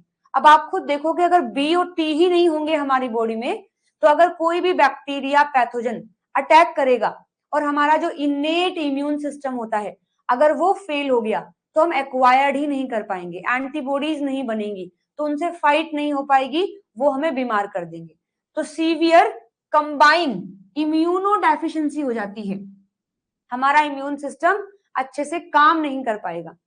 सो lack of ADA lead to 100-fold increase in the cellular concentration of dATP. और अगर इसकी कमी हो गई है तो सेल में 100 गुना ज्यादा हो जाते हैं हमारे एडेनिन वाला जो न्यूक्लियोटाइड है। A strong inhibitor of the ribonucleotide reductase, जो कि स्ट्रॉन्ग इनिबिटर है, तो वो बाकी को भी बनने नहीं देगा। High level of dATP produce a general deficiency of the other dNTPs in the T lymphocytes. और देखो अगर ये ज्यादा हो गया, डीएटीपी अगर ज्यादा हो गया है तो बाकी भी तो नहीं बन पाएंगे ना, बाकी भी नहीं बनेंगे, क्योंकि एटीपी एएमपी ज्यादा हो रहा है तो एएमपी जाकर के प्रोडक्ट इनिबिशन करेगा, मतलब वो जो अपना पीआरपीपी है उसको नहीं बनने देगा, बन भी गया तो पहला स्टेप नहीं होने देगा, और पहला स्टेप नहीं होगा तो गुआनिन भी नहीं बनेगा। तो एटीपी तो खूब बढ़ता हुआ चला जाता है और बाकी जो डीएनटीपीज हैं उनकी बहुत कमी हो जाती है, जिस वजह से बी और टी लिम्फोसाइट डेवलप नहीं कर पाते हैं, एंटीबॉडीज नहीं बनेगी, इम्यून सिस्टम की डेफिशिएंसी हो जाएगी। ठीक है, हाँ हाँ बोलो क्या डाउट है माई, बताइए। तो ये है आपका ADA। फिर नेक्स्ट डिजीज है गाउट। नेक्स्ट डिजीज है आपकी गाउट। गाउट में क्या होगा, यूरिक एसिड अगर ज्यादा हो जाता है तो गाउट होता है, क्योंकि यूरिक एसिड बॉडी ज्यादा एक्सक्रीट तो नहीं कर पाएगी, तो वो बॉडी में रह जाएगा, और बॉडी में रहेगा नहीं, बहुत दिक्कतें कर देगा, क्रिस्टल बना देता है। तो देखो, gout is a disease of the joint caused by an elevated concentration of uric acid in the blood and tissues. The joint become inflamed, painful and arthritic owed to the abnormal deposition of sodium urate crystal. The kidney are also affected as excess uric acid is deposited in the kidney tubules. तो ये क्या करते हैं, हमारा जो uric acid होता है blood में मौजूद सोडियम के साथ रिएक्ट करके सोडियम यूरेट क्रिस्टल बना देता है, और वो क्रिस्टल हमारे जो जॉइंट होते हैं वहां जाकर के इकट्ठे हो जाते हैं, जिससे हमारे जॉइंट सूज जाते हैं, उनमें दर्द भी होता है, और चलते फिरते वो मतलब कट कट की आवाज भी करेंगे, और चलते फिरते हो या फिर बैठ गए हैं तो खड़े होते वक्त पैरों के जो घुटने होते हैं या कोहनियां होती हैं उनमें दर्द होगा। तो ये है, साथ में अपनी किडनी पर भी अफेक्ट आएगा, क्योंकि हमारी किडनी ज्यादा यूरिक एसिड निकाल तो नहीं सकती है, तो वो उसकी जो ट्यूब्स होती हैं, डीसीटी है, पीसीटी है, उनमें इकट्ठी होनी शुरू हो जाती है, जिससे फिर बाकी फ्लो में दिक्कत आएगी, तो वो किडनी को भी अफेक्ट करता है। अब एक ड्रग यूज की जाती है जिसका नाम है एलोप्यूरिनोल। ये ड्रग है which inhibit the xanthine oxidase, the enzyme that catalyze the conversion of purine to uric acid. तो एक ड्रग है एलोप्यूरिनोल जो जेंथाइन ऑक्सीडेज को रोक देता है, क्योंकि आपको याद होगा जेंथाइन ऑक्सीडेज ही वो लास्ट एंजाइम है जो हमारे प्यूरिन को यूरिक एसिड में कन्वर्ट कर रहा है। तो जेंथाइन ऑक्सीडेज को आकर ये रोक देता है एलोप्यूरिनोल, ताकि यूरिक एसिड ना बने। When xanthine oxidase is inhibited, the excreted product of purine metabolism are xanthine and hypoxanthine, which are more water soluble than uric acid and less likely to form the crystalline deposit. तो अगर जेंथाइन oxidase अपना काम नहीं करेगा तो उससे पहले क्या थे, हाइपोजेंथिन थे और जेंथिन थे, तो जेंथिन हाइपोजेंथिन की फॉर्म में ही रहेंगे, क्योंकि जेंथिन हाइपोजेंथिन को ही जेंथिन ऑक्साइडेज कन्वर्ट कर रहा था यूरिक एसिड में। अब ये एंजाइम अगर ब्लॉक हो गया है तो हाइपोजेंथिन जेंथिन रहेंगे, बट ये फिर भी ठीक है यूरिक एसिड से, क्योंकि ये पानी में सोल्यूबल है, पानी में सोल्यूबल है तो उनके बाहर बॉडी से बाहर निकलने के चांस थोड़े ज्यादा है as compare to uric acid. तो ये ड्रग यूज किया जाएगा एलोप्यूरिनोल गाउट के लिए। Okay,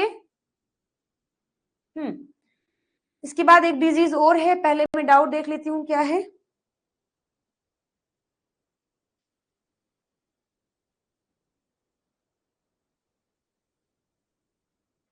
after long time running and heavy exercise में जो लैक्टिक एसिड मसल्स में एंड कनेक्टिव टिश्यू में एक्यूमुलेट हो जाता है, क्या इसको गाउट से रिलेट कर सकते हैं?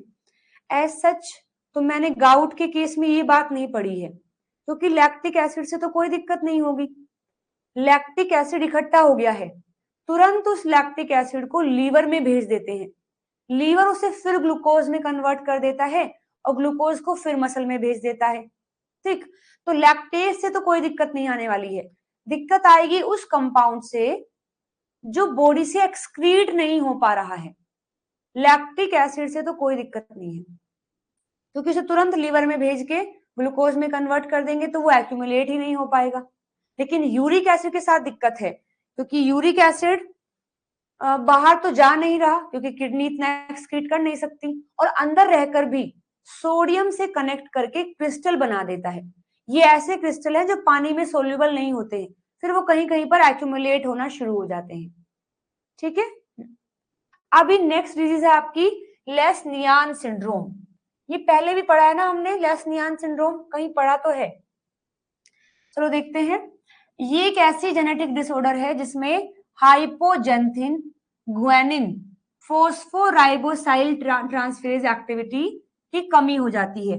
HGPRT की कमी, जो साल्वेज पाथवे में हमने ग्वेनिन को ऐड करने के लिए यूज किया था, उसकी कमी हो गई है। सो अगर ये नहीं है, ये एंजाइम नहीं है, तो बॉडी के अंदर हाइपोजेंथिन एंड ग्वेनिन का कॉन्सेंट्रेशन ज्यादा बढ़ जाएगा। So hypoxanthine and guanine arise constantly from the breakdown of nucleic acid in the absence of hypoxanthine guanine phosphoribosyl transferase PRPP level rise. अगर मतलब इनका अमाउंट ज्यादा रहेगा, इस एंजाइम की अगर कमी है, इस एंजाइम की अगर कमी है तो सेल के अंदर हाइपोजेंथिन एंड ग्वेनिन बहुत ज्यादा हो जाएंगे। PRP level rise and purine are over produced.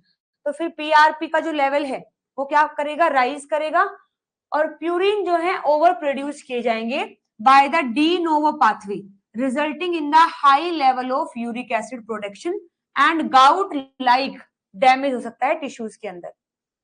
Children with this genetic disorder, अगर बच्चों में ये दिक्कत है कि उनके पास ये एंजाइम नहीं है, तो वहां which become manifest by the age of 2 years or sometime poorly coordinate and have intellectual defect.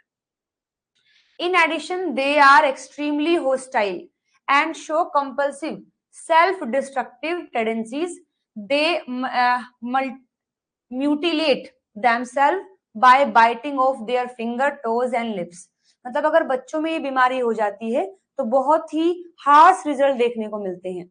मतलब वो बच्चे एक्सट्रीमली होस्टाइल हो जाते हैं, मतलब खुद को ही हार्म कर रहे होते हैं, वो खुद को ही बाइट कर लेते हैं, अपने हाथों पर काट लेते हैं। तो इस तरीके से सेल्फ डिस्ट्रक्टिव हो जाते हैं, कंपल्सिव सेल्फ डिस्ट्रक्टिव टेंडेंसीज आ जाती हैं। The brain is specially dependent on the salvage pathway and this may account for the central nervous system damage in the children with Lesch-Nyhan syndrome। क्योंकि हमारा brain जो है वो साल्वेज पाथवे पर ज्यादा depend करता है अपने न्यूक्लियोटाइड को बनाने के लिए। लेकिन यहाँ क्या है कि जो चिल्ड्रन है उनके अंदर फिर brain central nervous system develop नहीं हो पाएगा, तो ये सब सिम्टम देखने को मिलते हैं। ठीक है, हाँ जी, समझ गए ना? Done everyone?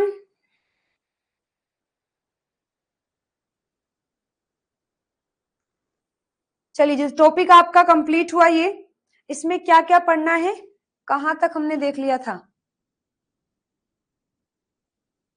ठीक है, इसमें आपको ये करना था, ये पूरा पढ़ना था। फिर यूरिक एसिड में, इसमें बस ये जो रिटर्न वाला पार्ट है केवल ये लिखेंगे, रिटर्न वाला पार्ट केवल बस ये। फिर डिजीज के बारे में लिख लेना थोड़ा बहुत, गाउट वाले में भी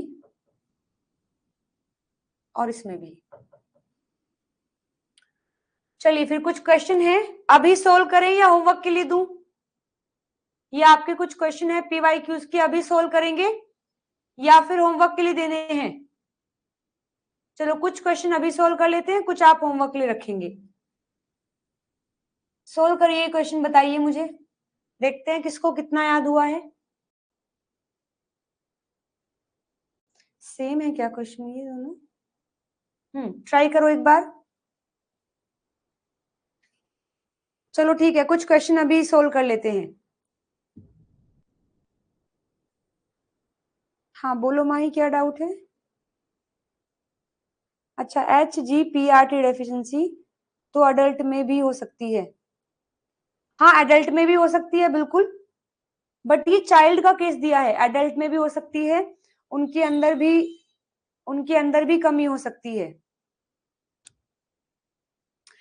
लेकिन चाइल्ड का केस इसलिए दिया है कि अगर ये, क्योंकि ये जेनेटिक डिसऑर्डर बताई गई है कि जीन में कोई डेफिशिएंसी हुई है, तो बच्चों में ही ज्यादा देखने को मिलेगी, जेनेटिक डिसऑर्डर है ये।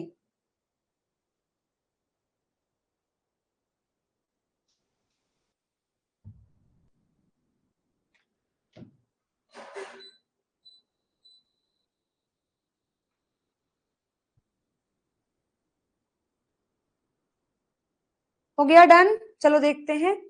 In the biosynthesis of purine all nitrogen atom C4 and C5 from aspartic acid, बिल्कुल नहीं। फर्स्ट नाइट्रोजन एस्पार्टेट से आया था, थर्ड और नाइन्थ नाइट्रोजन ग्लूटामाइन से आया था, और 4, 5, 7 ग्लाइसिन से आया था, बिल्कुल सही बात है। N1 from aspartic acid, N3 for glutamine side chain, 9 from N attached to the C alpha of the glutamine, ठीक है, और 4, 5, 7 ग्लाइसिन। इसमें क्या गलत है थर्ड वाले में?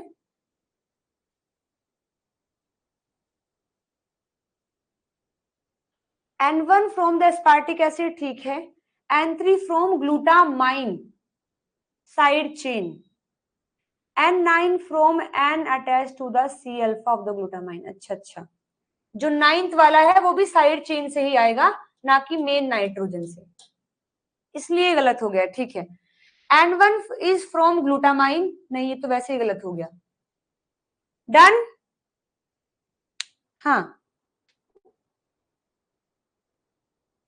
चलो गुड, आगे देखते हैं। नेक्स्ट ये बताएंगे, precursor for the atom in the purine skeleton are. N1 aspartate से बिल्कुल सही है, इसमें दिया है ग्लूटामेट से, ये गलत। N1 एस्पार्टेट से है। सेकंड एंड 8 फॉर्मेट से है, सही। इसमें लिखा है सिट्रेट, ये गलत हो गया। N3 और 9 गुआनाइडिन से, 4, 5, 7 ग्लाइसिन से, और छठा कार्बन आया है CO2 से। अब तक तो सही है, ये तो गलत हो गया है। N3 9 amide nitrogen of glutamine, 4, 5, 7 glycine से, और C6 CO2 से। इनमें कुछ चीजें हैं जो अलग हैं, देखते हैं कि कहां पर। अच्छा, इसमें गुआनाइडाइन दिया है, तो इसका भी आंसर क्या हो जाएगा आपका? थर्ड हो जाएगा, क्योंकि वो ग्लूटामाइन से आए हैं, है ना, है ना। Yes, third is the right answer. जो अपना थर्ड और नाइन्थ नाइट्रोजन है वो अमाइड नाइट्रोजन ऑफ ग्लूटामाइन है। Third is the right answer, good. आगे देखिए नेक्स्ट, पढ़िए क्वेश्चन, पढ़िए एक बार ये। Purine and pyrimidine nucleotide serve as monomeric unit of the nucleic acid polymer DNA RNA. Mentioned below are some of the statements with respect to the de novo synthesis of nucleotide. Which one of the following statement incorrect? Biosynthesis of both purine and pyrimidine nucleotide begins with the ribose 5-phosphate and purine और pyrimidine ring are built on it. तो गलत हो गया, ये तो गलत हो गया ना, पहला ही गलत है। पैरामिडीन के लिए राइबोज 5-फोस्फेट बाद में आता है, प्यूरिन के लिए पहले आ जाता है, दोनों के लिए सेम नहीं है, यही हमारा सही आंसर हो जाएगा। The first purine nucleotide biosynthesized by de novo pathway is inosinic acid और इनोसिन मोनोफोस्फेट, सही है। जो सबसे पहला प्यूरिन बनता है वो आपका इनोसिन है, इनोसिन मोनोफोस्फेट, ये बात सही है, लेकिन आंसर नहीं है हमारा। The first pyrimidine nucleotide biosynthesized by de novo pathway is oratidylic acid, बिल्कुल सही है, इमीडिएट प्रीकर्सर यही था, बट आंसर नहीं है। थाइमिडाइलेट और जो TMP है is synthesized as deoxy TMP from deoxy UMP by thymidylate synthetase. Thymidylate synthetase था या सिंथेज था, बताओ एक बार। फोर्थ वाला सही है क्या या गलत है?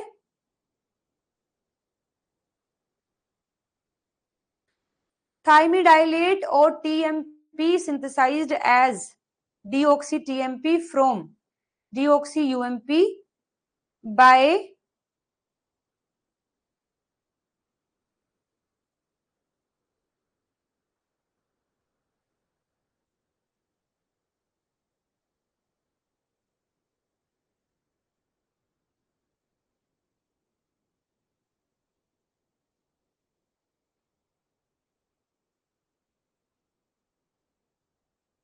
सिंथेज था, सिंथेज जितना मुझे याद आ रहा है, सिंथेज था, सिंथेटेज तो नहीं था। चलो एक बार चेक करते हैं, सिंथेटेज था, साइटिडाइलेट के लिए सिंथेटेज था और थायमिन के लिए सिंथेज था। चलो एक बार चेक करते हैं, या तो क्वेश्चन में कोई मिसप्रिंटिंग हुई है या फिर ये क्वेश्चन था ही ऐसे। मिलेगा क्या इसमें, एक मिनट। हाँ देखो, थायमिडाइलेट सिंथेज है, सिंथेज, और साइटोसिन बनाने के लिए साइटिडाइलेट सिंथेटेज था। ठीक है,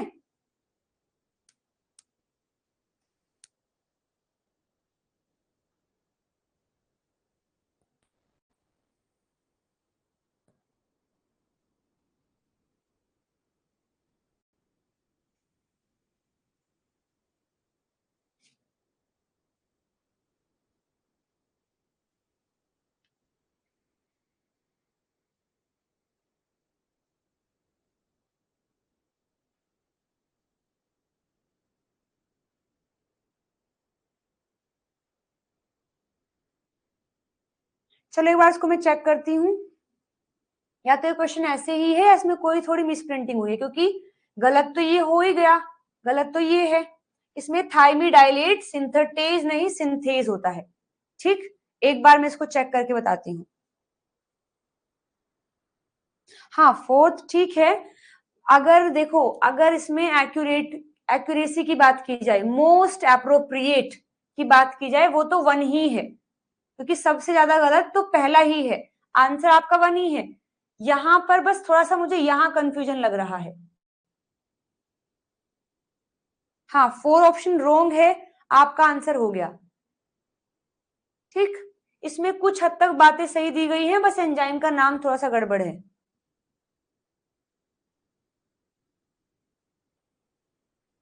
ओके, एक बार चेक करके बताती हूँ मैं आपको। या तो हो सकता है कि इसको थोड़ा सा मिस प्रिंटिंग है टाइपिंग करने में, या फिर ये वाकई ऐसे ही दिया हुआ है। चलो मैं चेक करके बताऊंगी इसको, आगे बताइए तब तक। हाँ ए एंड डी है, लेकिन ये सिंगल स्टेटमेंट का क्वेश्चन है, मल्टीपल का नहीं था।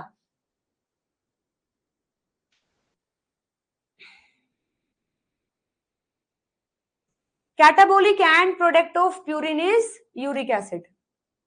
A cell line deficient in Salvage pathway for nucleotide biosynthesis was fed with the medium containing 15th and labeled amino acid. Purine were then extracted. Treatment with which one of the following amino acid is not likely to produce the 15 nitrogen labeled purine? इसमें कहा है कि salvage pathway में defect है, मतलब salvage pathway में defect होने का मतलब है पहले से बना हुआ बेस इस्तेमाल नहीं होगा, नया ही बनाना पड़ेगा। नया बनाने के लिए कुछ अमीनो एसिड दिए गए और उन अमीनो एसिड के नाइट्रोजन को 15 एंड 15 से लेबल किया गया है। तो पूछा है कि इन चारों में से, जब हम इन चारों को दे रहे हैं, तो कौन सा ऐसा है चारों में से जिसकी वजह से हमारे बेस के अंदर नाइट्रोजन 15 वाला नहीं होगा।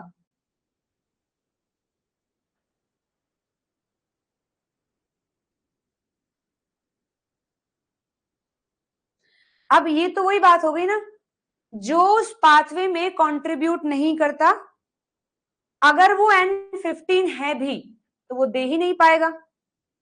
समझ गए क्वेश्चन क्या है? चलो मैं बताती हूँ क्वेश्चन में क्या कहा है। कहा है कि साल्वेज पाथवे तो है नहीं, मतलब पहले से बने हुए बेस तो इस्तेमाल होंगे नहीं, नया ही बनाना पड़ेगा डी नोवो। इसे बनाने के लिए अमीनो एसिड दे दिए गए। कौन कौन से दिए हैं? 4 टाइप के दिए हैं। Aspartic glutamine, aspartic glutamine, glycine और एस्पार्टामाइन, एस्पार्टामाइन ये दिए हैं। और तीनों के अंदर जो नाइट्रोजन है वो 15 वाला है, तीनों के अंदर वो नाइट्रोजन जो है 15 वाला है। अब हमारे जो बेस बनेंगे, जो भी बेस बने हैं, इन चारों को दिया हमने, बेस बन गए, उनको एक्सट्रैक्ट कर लिया है। इन बेस को जब एक्सट्रैक्ट किया तो उस बेस में N15 कब नहीं आएगा? अब देखो, अगर मैं एस्पार्टेट देती हूं, तुम्हें पता है कि बेस बनाओगे तो पहला नाइट्रोजन तो एस्पार्टेट ही देता है, तो ऑफ कोर्स वो 15 वाला आएगा। यानी इसकी वजह से बेस के अंदर नाइट्रोजन 15 हो सकता है। ग्लूटामाइन अगर आप देंगे तो पता है या तो नाइन्थ थर्ड नाइट्रोजन या तो नाइन्थ नाइट्रोजन 15 वाले होंगे ही होंगे, क्योंकि ये डोनेट करता है। तो इससे भी ग्लाइसिन है, 9 जो सेवेंथ नाइट्रोजन है वो 15 वाला हो जाएगा। लेकिन अगर आप एस्पार्टामाइन देंगे, एस्पार्टामाइन कोई कंट्रीब्यूट यहां नहीं करता है नाइट्रोजन को लेकर के। तो अगर आप एस्पार्टामाइन देकर के बेस बना रहे हैं तो इसकी वजह से एक भी नाइट्रोजन 15 वाला नहीं होगा। सपोज करो कि आपने ये सारे तो दे दिए नॉर्मल N14 वाले और ये दिया है 15, तो यहां आपको एक भी N15 नहीं मिलेगा। अभी समझ गए क्वेश्चन? तो कहा है कि प्यूरिन वर्क देन एक्सट्रैक्ट कर लिया हमने। Treatment with which one of the following amino acid is not likely to produce the 15 N labelled purine. इन चारों में से किससे ट्रीट करें कि बेस के अंदर N15 ना आए? तो वो तो आपका एस्पार्टामाइन ही है, क्योंकि इसका कोई कंट्रीब्यूशन नहीं है किसी भी नाइट्रोजन में। बाकी अगर 3 रह गए, ये और ये और ये, तो पक्का कोई सा नाइट्रोजन तो 15 लेबल्ड होगा ही होगा। ओके, हाँ। Common metabolites in the nucleotide biosynthesis derive from pentose phosphate pathway. जो पेंटोज फोस्फेट पाथवे से हमने क्या निकाला है जो न्यूक्लियोटाइड की बायोसिंथेसिस के लिए जरूरी है? हाँ, बहुत बढ़िया, समझदार बच्चे। ये सोच रहे होंगे मैम क्या हलवा सवाल लेके आई हैं। ये मैं नहीं लेके आई हूँ, ये आपके नेट के क्वेश्चन है। अच्छा, ये क्वेश्चन देखो, थोड़ा अलग हटकर है ये क्वेश्चन। ये क्वेश्चन थोड़ा अलग हटकर है। The pathway for de novo biosynthesis of purine nucleotide involve the production of inosine monophosphate. हमें बिल्कुल पता है that serve as a precursor of AMP and GMP synthesis. IMP has the base. IMP में जो बेस लगा होता है उसका नाम क्या था? हाइपोजेंथिन। क्या फर्क था एडेनिन में और हाइपोजेंथिन में? क्या फर्क है? एडेनिन को ही आप बोलेंगे कि डीएमिनेटेड एडेनिन इज हाइपोजेंथिन, मतलब जहां हमारे एडेनिन में अमीनो ग्रुप होता है यहां ऑक्सो होता है। और अगर इसको ग्वानिन से कंपेयर करें तो बिल्कुल सेम है, बस यहां पर अमीनो ग्रुप नहीं है। ठीक, so if hypoxanthine were incorporated into double standard DNA, अगर मैं हाइपोजेंथिन को डबल स्टैंडर्ड डीएनए में इनकॉर्पोरेट करती हूं, so which of the following option correctly represent the order of its pairing preference? तो अगर मैं एक स्टैंड पर लगा देती हूं हाइपोजेंथिन, अगर मैं यहां हाइपोजेंथिन लगा रही हूं, तो बताइए दूसरे स्टैंड पर क्या होना चाहिए जो इससे अच्छे से पेयर कर सके? हालांकि है तो गड़बड़ ही, क्योंकि जी सी के साथ ए टी के साथ, बट फिर भी अगर मैंने दे दिया है हाइपोजेंथिन, तो आपको क्या लगता है कि यहाँ पर एडेनिन, थायमिन, साइटोसिन, यूरेसिल और क्या रह गया? और गुआनिन। पांचों में से कौन ज्यादा सुटेबल बॉन्डिंग बना पाएगा हाइपोजेंथिन के साथ? तो आपको ऐसे सीक्वेंस में बताना है कि किसके साथ ज्यादा सुटेबल रहेगा। सोचिए थोड़ा सा, बस 1-2 सेकंड सोचिए और फिर मैं बताऊंगी।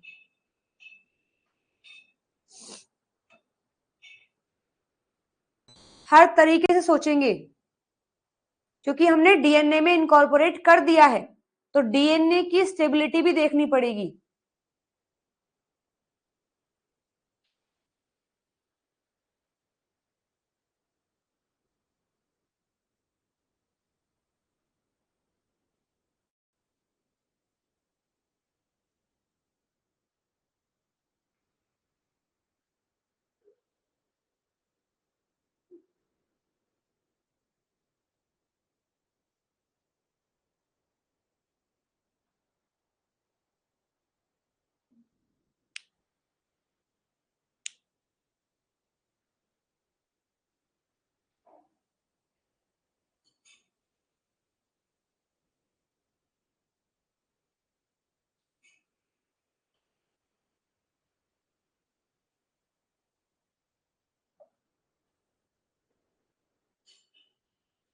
थोड़ा ऐसे सोचिए कि किसके जैसा दिखता है,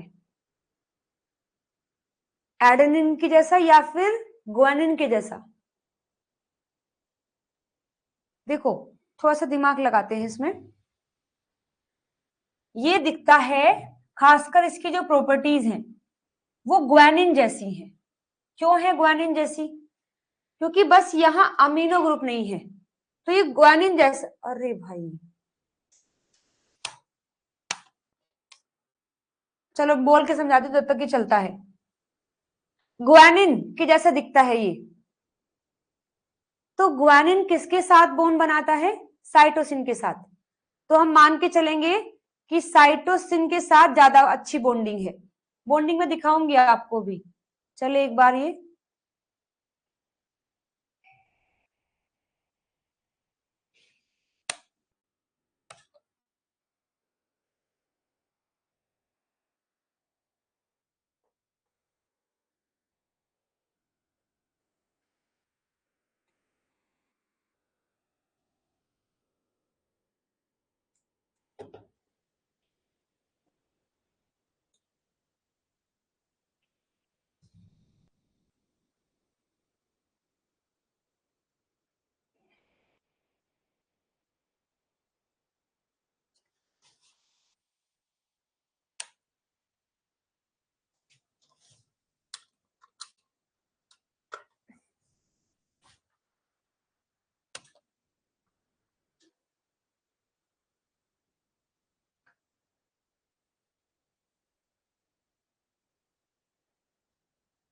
तुम्हारे वहां भी चली गई। हाँ तो जाएगी, हमारा बस चले तो रोक के रख ले इसको।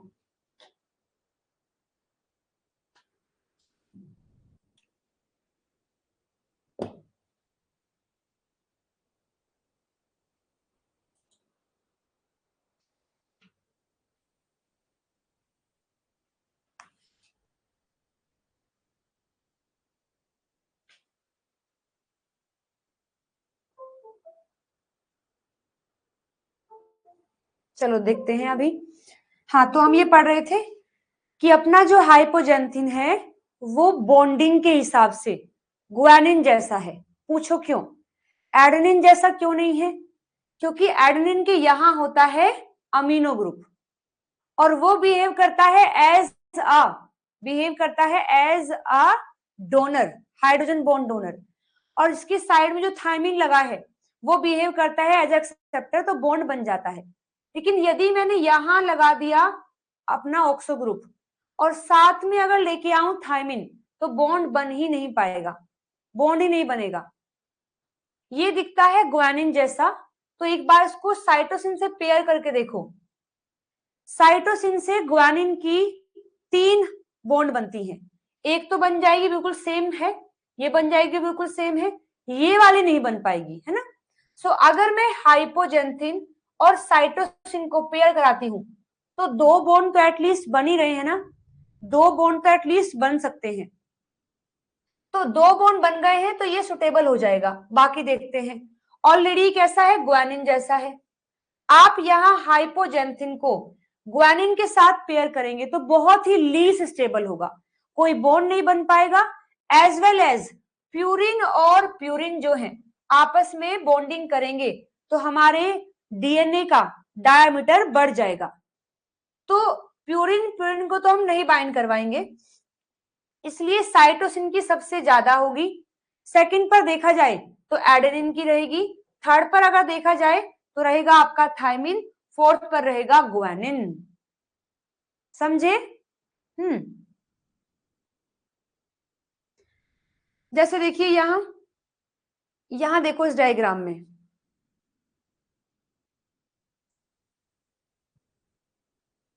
इस डायग्राम में देखिए ये है आपका हाइपोजेंथिन और ये है साइटोसिन। मान लीजिए बस ग्वानिन है, यहां अमीनो ग्रुप नहीं है, तो ये बॉन्ड तो प्रॉपर बनेगा बिल्कुल ग्वानिन जैसा, ये बॉन्ड बिल्कुल प्रॉपर बनेगा। हाँ बस ये बॉन्ड नहीं बन पाएगा।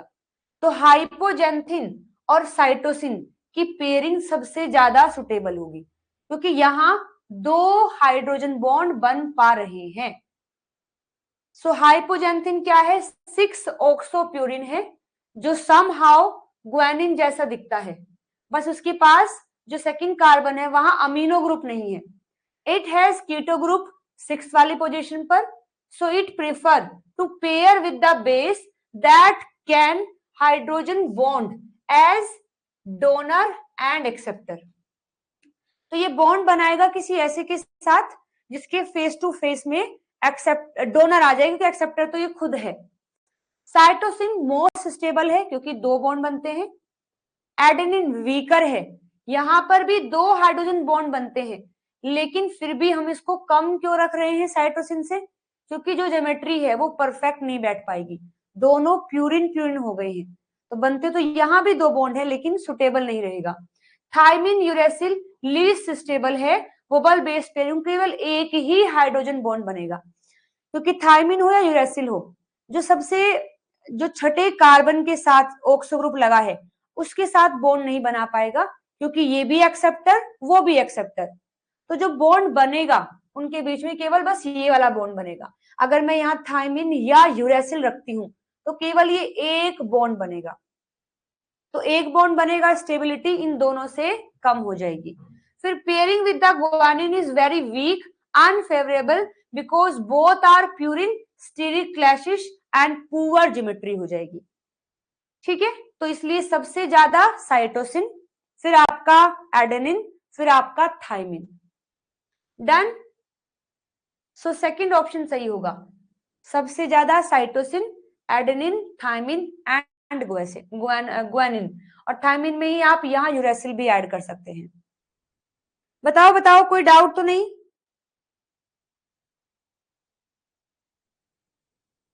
Done everyone. तो नई इंफॉर्मेशन जरूर ऐड करेंगे अपने शॉर्ट नोट्स में, ये वाला पॉइंट ऐड कर लेना, ये वाला।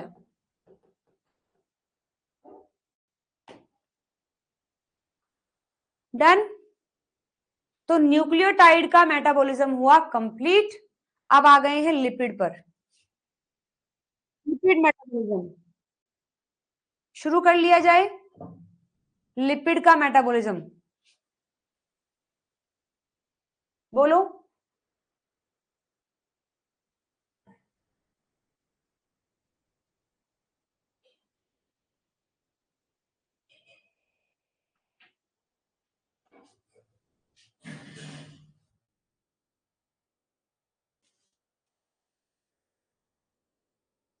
अच्छा, टाइम ओवर। 15 मिनट मेरी उधारी थी, ठीक। सैटरडे में मैंने आपको 15 मिनट दी थी, संडे चला गया, आधा ब्याज लगा, मंडे भी छोड़ रहे हो, आधा ब्याज और लगेगा, धीरे धीरे ये 45 मिनट हो जाएगा, याद रखना, ठीक है।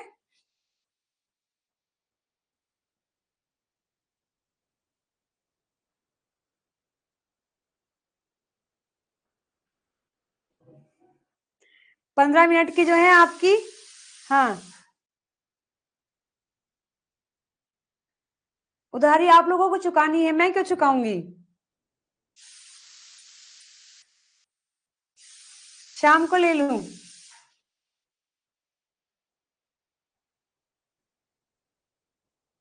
ओके।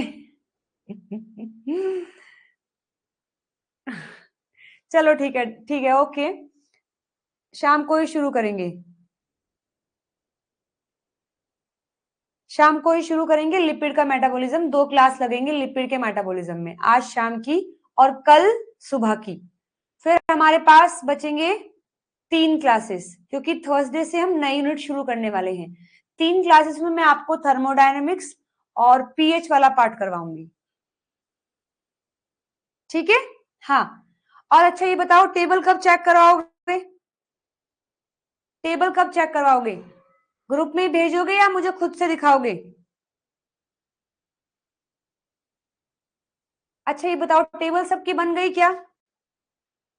टेबल सबकी बन गई क्या? रुको, अभी जाओ नहीं, जाना नहीं है।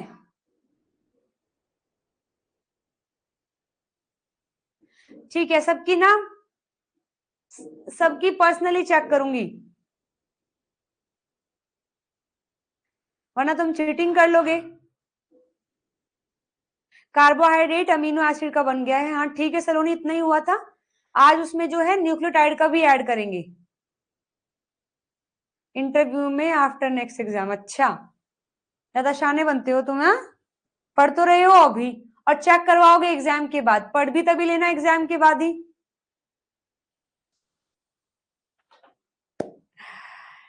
चलो ठीक है, फिर जल्दी चेक करती हूँ सबके पास पर्सनल मैसेज करके। और जिसने नहीं दिखाया, जिसने गलत गलत किया, फिर उसको एक्सपोज किया जाएगा और कढ़ाई में गिर करके रोस्ट किया जाएगा। वो आजकल रोस्टिंग चलती है ना, वो तो वो तो क्या है, मुंह से बोल के रोस्ट करते हैं। मैं तुम्हें कढ़ाई में गिर के तब रोस्ट करूंगी और फ्राई भी कर दूंगी। हाँ ठीक है।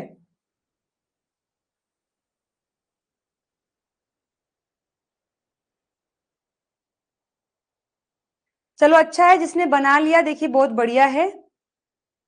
हाँ जी, मैंने मेरा होमवर्क पूरा कर दिया था कल माही।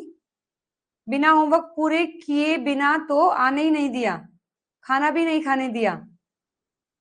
बोल रहे थे कि हफ्ते में एक ही तो दिन मिलता है तुम्हें पकड़ के काम करवाने का, वरना पूरा पूरा हफ्ता बहाना रहेगा, मेरी तो क्लास है, मेरी तो क्लास है।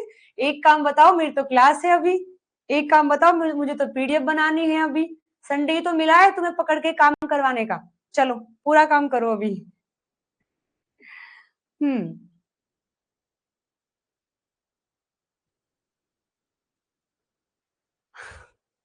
हम्म। हाँ जी, मेरी टेबल भी आधी बन गई है, आधी बाकी है। बस कार्बोहाइड्रेट वाली बनी है, अमीनो एसिड वाली थोड़ी बाकी है।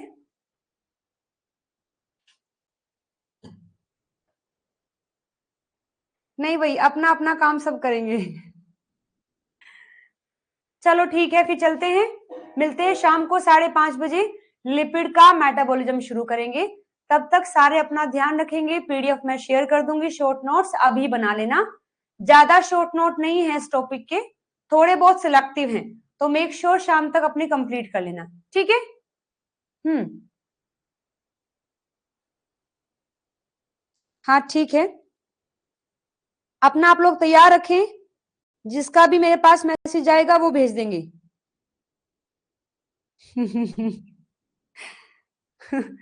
चलो, चीटिंग नहीं करानी है, इसीलिए पर्सनली मंगवाऊंगी मैं।